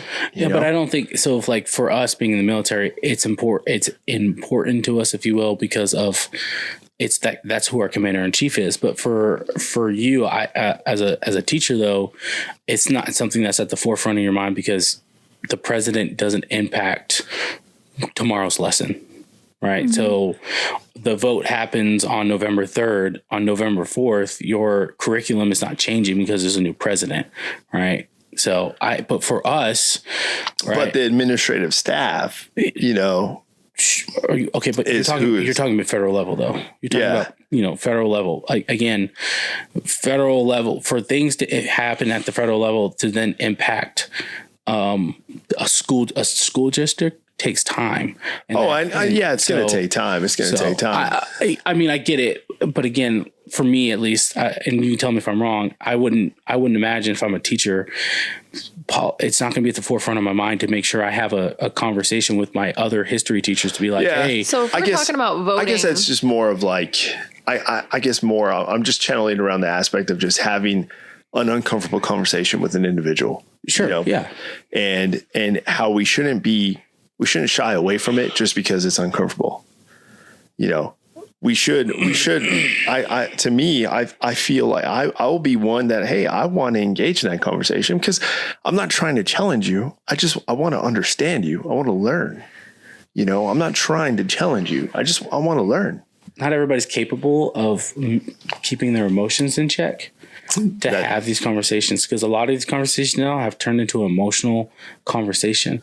Some people who are Trump supporters are I'm not all of them, but some people are very emotionally driven behind Donald Trump to the point where it's like, it's their identity in Donald Trump. But they've never met Donald Trump. They've never, had a drink with Donald Trump. They just have this identity of like MAGA, and that's who we are. And that's who I represent. You know what I mean? And that's just who I am now.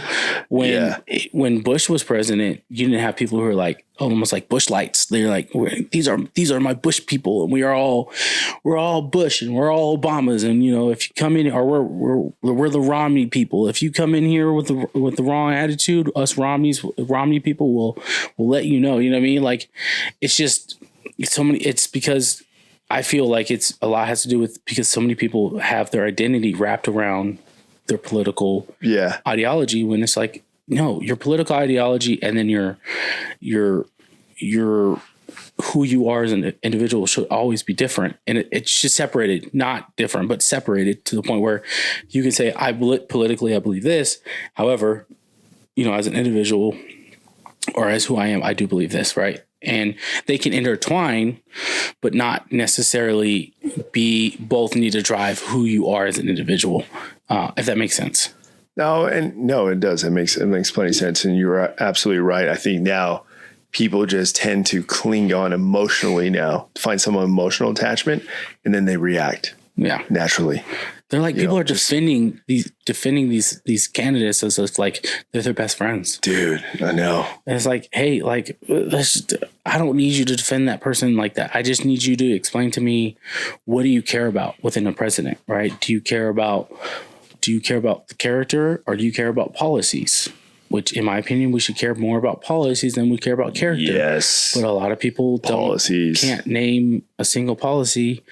I don't need you to cite the policy number and say, hey, this is what it is. I think I would disagree, because you're talking about, like, if we're and I get what you're saying, but we're talking about they're doing their what is it called? Where they're making their speeches, campaigning. They're campaigning. How many policies do they say that they're going to do and then never do? 100%. No. But if you're choosing somebody based off of their character, or the character that you can display that you've seen, like, are they trustworthy? Are they, do they follow through with stuff like that? Like, I'd be more interested in, do they have a good character? Because all of them say, I'm going to do X, Y, and Z, and this is my policy. And none of them go through. Well, okay. And so for the last several elections, most people that ran, minus Donald Trump, have already been in politics previously. So they have a track record to say, hey, these are the policies in which they've believed and they've been a part of implementing within the country. So for me, when someone's talking about an alternative candidate that has been in politics for years, right? Yeah. It's like, okay, so what policies did they implement when they were a senator or when they were a governor or whatever the case may be? Like, Kamala Harris was a judge. I don't remember what actually she did, in a DA or somebody in California, right? And so her policies, the policies she was a part of implementing, and that she had a hand in, right? Some would say we're not great. You know, and I mean, when they were on the debate stage and Tulsi Gabbard called her out, you know what I mean? And it was like, oh, geez, you're right. Or she's definitely right. Or when even Tulsi Gabbard, as an example, she's been in Hawaii and she served time as a senator. I think it was senator, and for some time. And so you can see some of the policies she implemented within Hawaii to be like, oh, okay, this is what you believe in. Right. And that's why I say policies. And so now, even with Donald Trump, he was the president for 4 years. So then you can see, based off his track record, okay, what policy did you implement when you were president, to say, okay, is this somebody that I want representing me and the country, or do I want somebody else? Yeah. But one thing I would say is people forget that while you want to vote for an individual because what they're saying, what they say they're going to implementing fits your idea of what a president should be, this person who's a president cannot only think about Quan Wilcox. They have to think about you. They have to think about every citizen within the United States and what's best for the majority. not the minority. So there will always be winners and losers, and that's just an unfortunate aspect of it when you have a country that's so large, right? So their job is to help and benefit the American people. Not all Americans agree on one thing. So like this president or whoever has to implement what the majority agree upon to say, hey, this is what we're going to do. So that's just my belief. I don't know. I could be totally wrong. Maybe it's a mix of both. Because I'm thinking character and policy. Yeah, because I'm thinking of like character, and when it was Hillary and Trump, there was, aside from, I don't know, I just don't. Just the way that she presents herself, I don't believe what she says. And I know there's the history of it. But the thing that tipped it, well, I wasn't voting for her anyway, but I did my own research as there was an incident where she was a lawyer, and there was a rape case, and it was very, very brutal. And she was representing the man who was accused of it. Mm-hmm. And she was caught on tape, basically like admitting that she knew he was guilty, but bragging that she got him off. Yeah. And it was just like the details of that specific case of what happened. Like I know lawyers like have to separate themselves and, I know they have a job to do, but just knowing the details of that case, and it was a child, and it was, like that you can do and brag that you won and got him off. Like I don't want anything to do with you. I don't care how good you are. I don't care what you say from that point. You are untrustworthy. You are gross. You are a gross human. Yeah. It's weird because there are several cases that have, with the OJ case, right? They're like, glove don't fit, can't acquit type thing, right? And you're just like, man, we're saying that because the glove didn't fit, that's the one thing that got this man off, right? And look, in the court case, he did not kill. I don't know her. I remember her name. Is it Nicole somebody? Nicole Brown. Mm-hmm. Nicole Brown and the butler dude or the driver dude or whatever. Oh yeah. Because it was her and the other. It was the other dude, right? So legally he won that case, and he was not charged with killing those individuals. All right, but are those lawyers then bad people or good lawyers, or is it two things could be true at one time? Right. Because in the case of what you're talking about, I completely agree with you. However, lawyers do have a job. They did what they were paid to do. They did what they were paid to do. They were good at it. And so it's debatable. Right. Well, that's why it's tough to be a lawyer. Yeah. Because you have to lawyers have to defend scumbags of the world, and unfortunately, if you want to be a reputable lawyer, you have to win cases, and you have to win cases going in there knowing that your defendant is guilty. You're a defense attorney, that is your job, and you have to sit there and be like, I have to defend this dude who I know is guilty, but I have to give him my best because I made an oath to defend him or her in their case to the best of my ability, and using the law to say, hey, this is why this person should not be charged or get a lesser charge or not be charged with these three things. But definitely guilty of these two things, whatever the case might be. I can be a lawyer. No. And to me, but when you initially politics started as you are a public servant and you are going into it wanting to make your community a better place. So I feel like that's not where it has developed. No. And so, but that's what it's supposed to be. So you're not supposed to, I wouldn't want somebody like that representing the United States as a whole. Yeah. Mm-hmm. Yeah. Cause you've already proven that you're not, I use the word morally, but you're not morally on the same. Mm-hmm. We're not on the same. You don't want what's best for people. You want what's best for you. Yeah. And yeah. So it's a scary world we live in. Holy crap. Hey, just take care of your circle. That's what I say. Yeah. Vote. Take care of your circles now. Pay attention to your local. Pay attention to your local. local people, state right? and local community. Yeah, because that's where you can make the most direct impact on your life. And that's what definitely matters. A lot of people just focus on, the primary election that comes along every 4 years, but it's like, no, like, what about your state representatives, your Congress, your senators, your governors, your mayors? All these people, governors have more power almost than the president in their state. Sure. Yeah. In that state, like they have the ultimate source of power, that but if they don't really realize, if they want federal funding, they gotta, Yeah, that's true too. Kiss the ring, if you will. So that's true. Yeah. Hawaii's learning that right now. $700 per household. Dude, can you believe that, dude? After how many billions?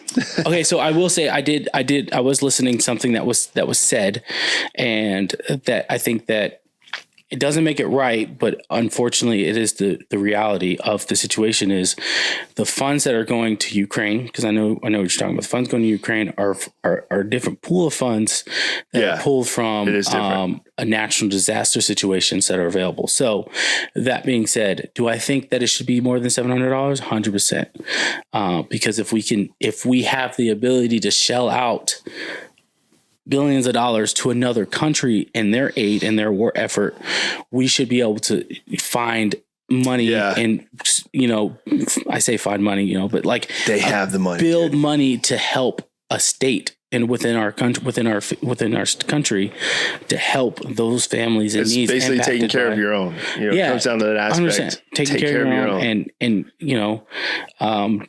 doing more than just saying here's $700. Do you know $700? $700 would be $700 is not going to get you very far. If I just lost my house in a fire, and all your house, your family members, and someone in the government's like, dude, $700 shows in your account, and you're like, that will pay for what exactly? Yeah, what do you expect me to do? Get some food for my family for a week, especially in Hawaii, dude. Hawaii. Oh, it's expensive already. Expensive, dude. He's like, what am I gonna do? It's just a scary. Oh man, I mean, I don't know. Like I said, I'm sorry for all you who are watching Hawaii. My love goes out for you guys. I'm sorry. I really am sorry. I hope the best for you situation, because I hope it definitely works out in the end. I really do. It does. This is scary. Oh, well. All right. What do you think? Is there anything else you guys want to touch base on before we wrap it up? Don't eat Any McDonald's. Other questions? Don't eat McDonald's? Wait, why not, dude? McDonald's is disgusting. Oh, my gosh. McDonald's. Okay. Who has the best French fries? I'm not going to lie to you. Chick-fil-A has good fries. Dude. If they're fresh. But McDonald's fries are just, they just hit that spot. I'm telling you, McDonald's fries. Or is it nostalgia? No, McDonald's fries do McDonald's hit that spot. How many times? You cannot tell me you have not gone through a McDonald's drive-thru and you literally eat the fries instantly right then and there in the car. I will say Chick-fil-A is pretty good at their fries are like always fresh. But McDonald's fries might beat them if they are right out of the fryer, salted right. Warm. It's almost like McDonald's knows they have this perfect proportion where they're like, hey, you will add this amount of salt. If it's a medium fry, you're like, the potato I'm pretty sure I saw a YouTube video on this many years ago, but there's like a legit science that they put to their fries. And their drinks from the potato farmers and the type of potato they get. Like it's a science. It's broken down to the science. Their drinks too. I think I heard somewhere that they have a contract with Coca-Cola. Mm-hmm. Is it? And they have a contract with Coca-Cola for their own recipe. Like, I don't know if they add more, if it's more concentrated syrup, if it's more I heard that somewhere and I could be wrong, but they have a contract and there's something with the carbonation that makes it different. Ooh, science. That makes sense. These people are trying to get science involved, man. And say, listen, they got to. What can we do to make people coming back? That's what they keep do. coming back. So. That's what they do and make it And easy. it does taste different. You had a McDonald's Coke and then tried like a bottled Coke or something. It is different and it's better. See, I didn't even intend this conversation to go anywhere, but I kind of now I kind of want to try it. I kind of want to bring a Coke and then a McDonald's Coke and then just try it. I can't have soda. Soda's too much. I mean, I don't really like soda, but I drink. unless I very mix it with rich. my whiskey. That's it. Awesome. That's all I got. Well, that's all I got too. Hey, thank you guys. Thank you all for tuning in. Thank you to our lovely civilian liaison as well. Hopefully you come back Thank again. you. Yes. Hey, thank you guys for tuning in. We'll see you on the next one. Make sure you follow the links down below. Mediocre Dads. Shoot the follows, subscribe, like, and then also, like I always tell you guys, comment down below. Leave some comments. We read them. Also on Instagram too. I like the feedback we're getting on the reels. I appreciate that, guys. Thanks for the love. And we'll look forward to seeing you guys on the next one. All right.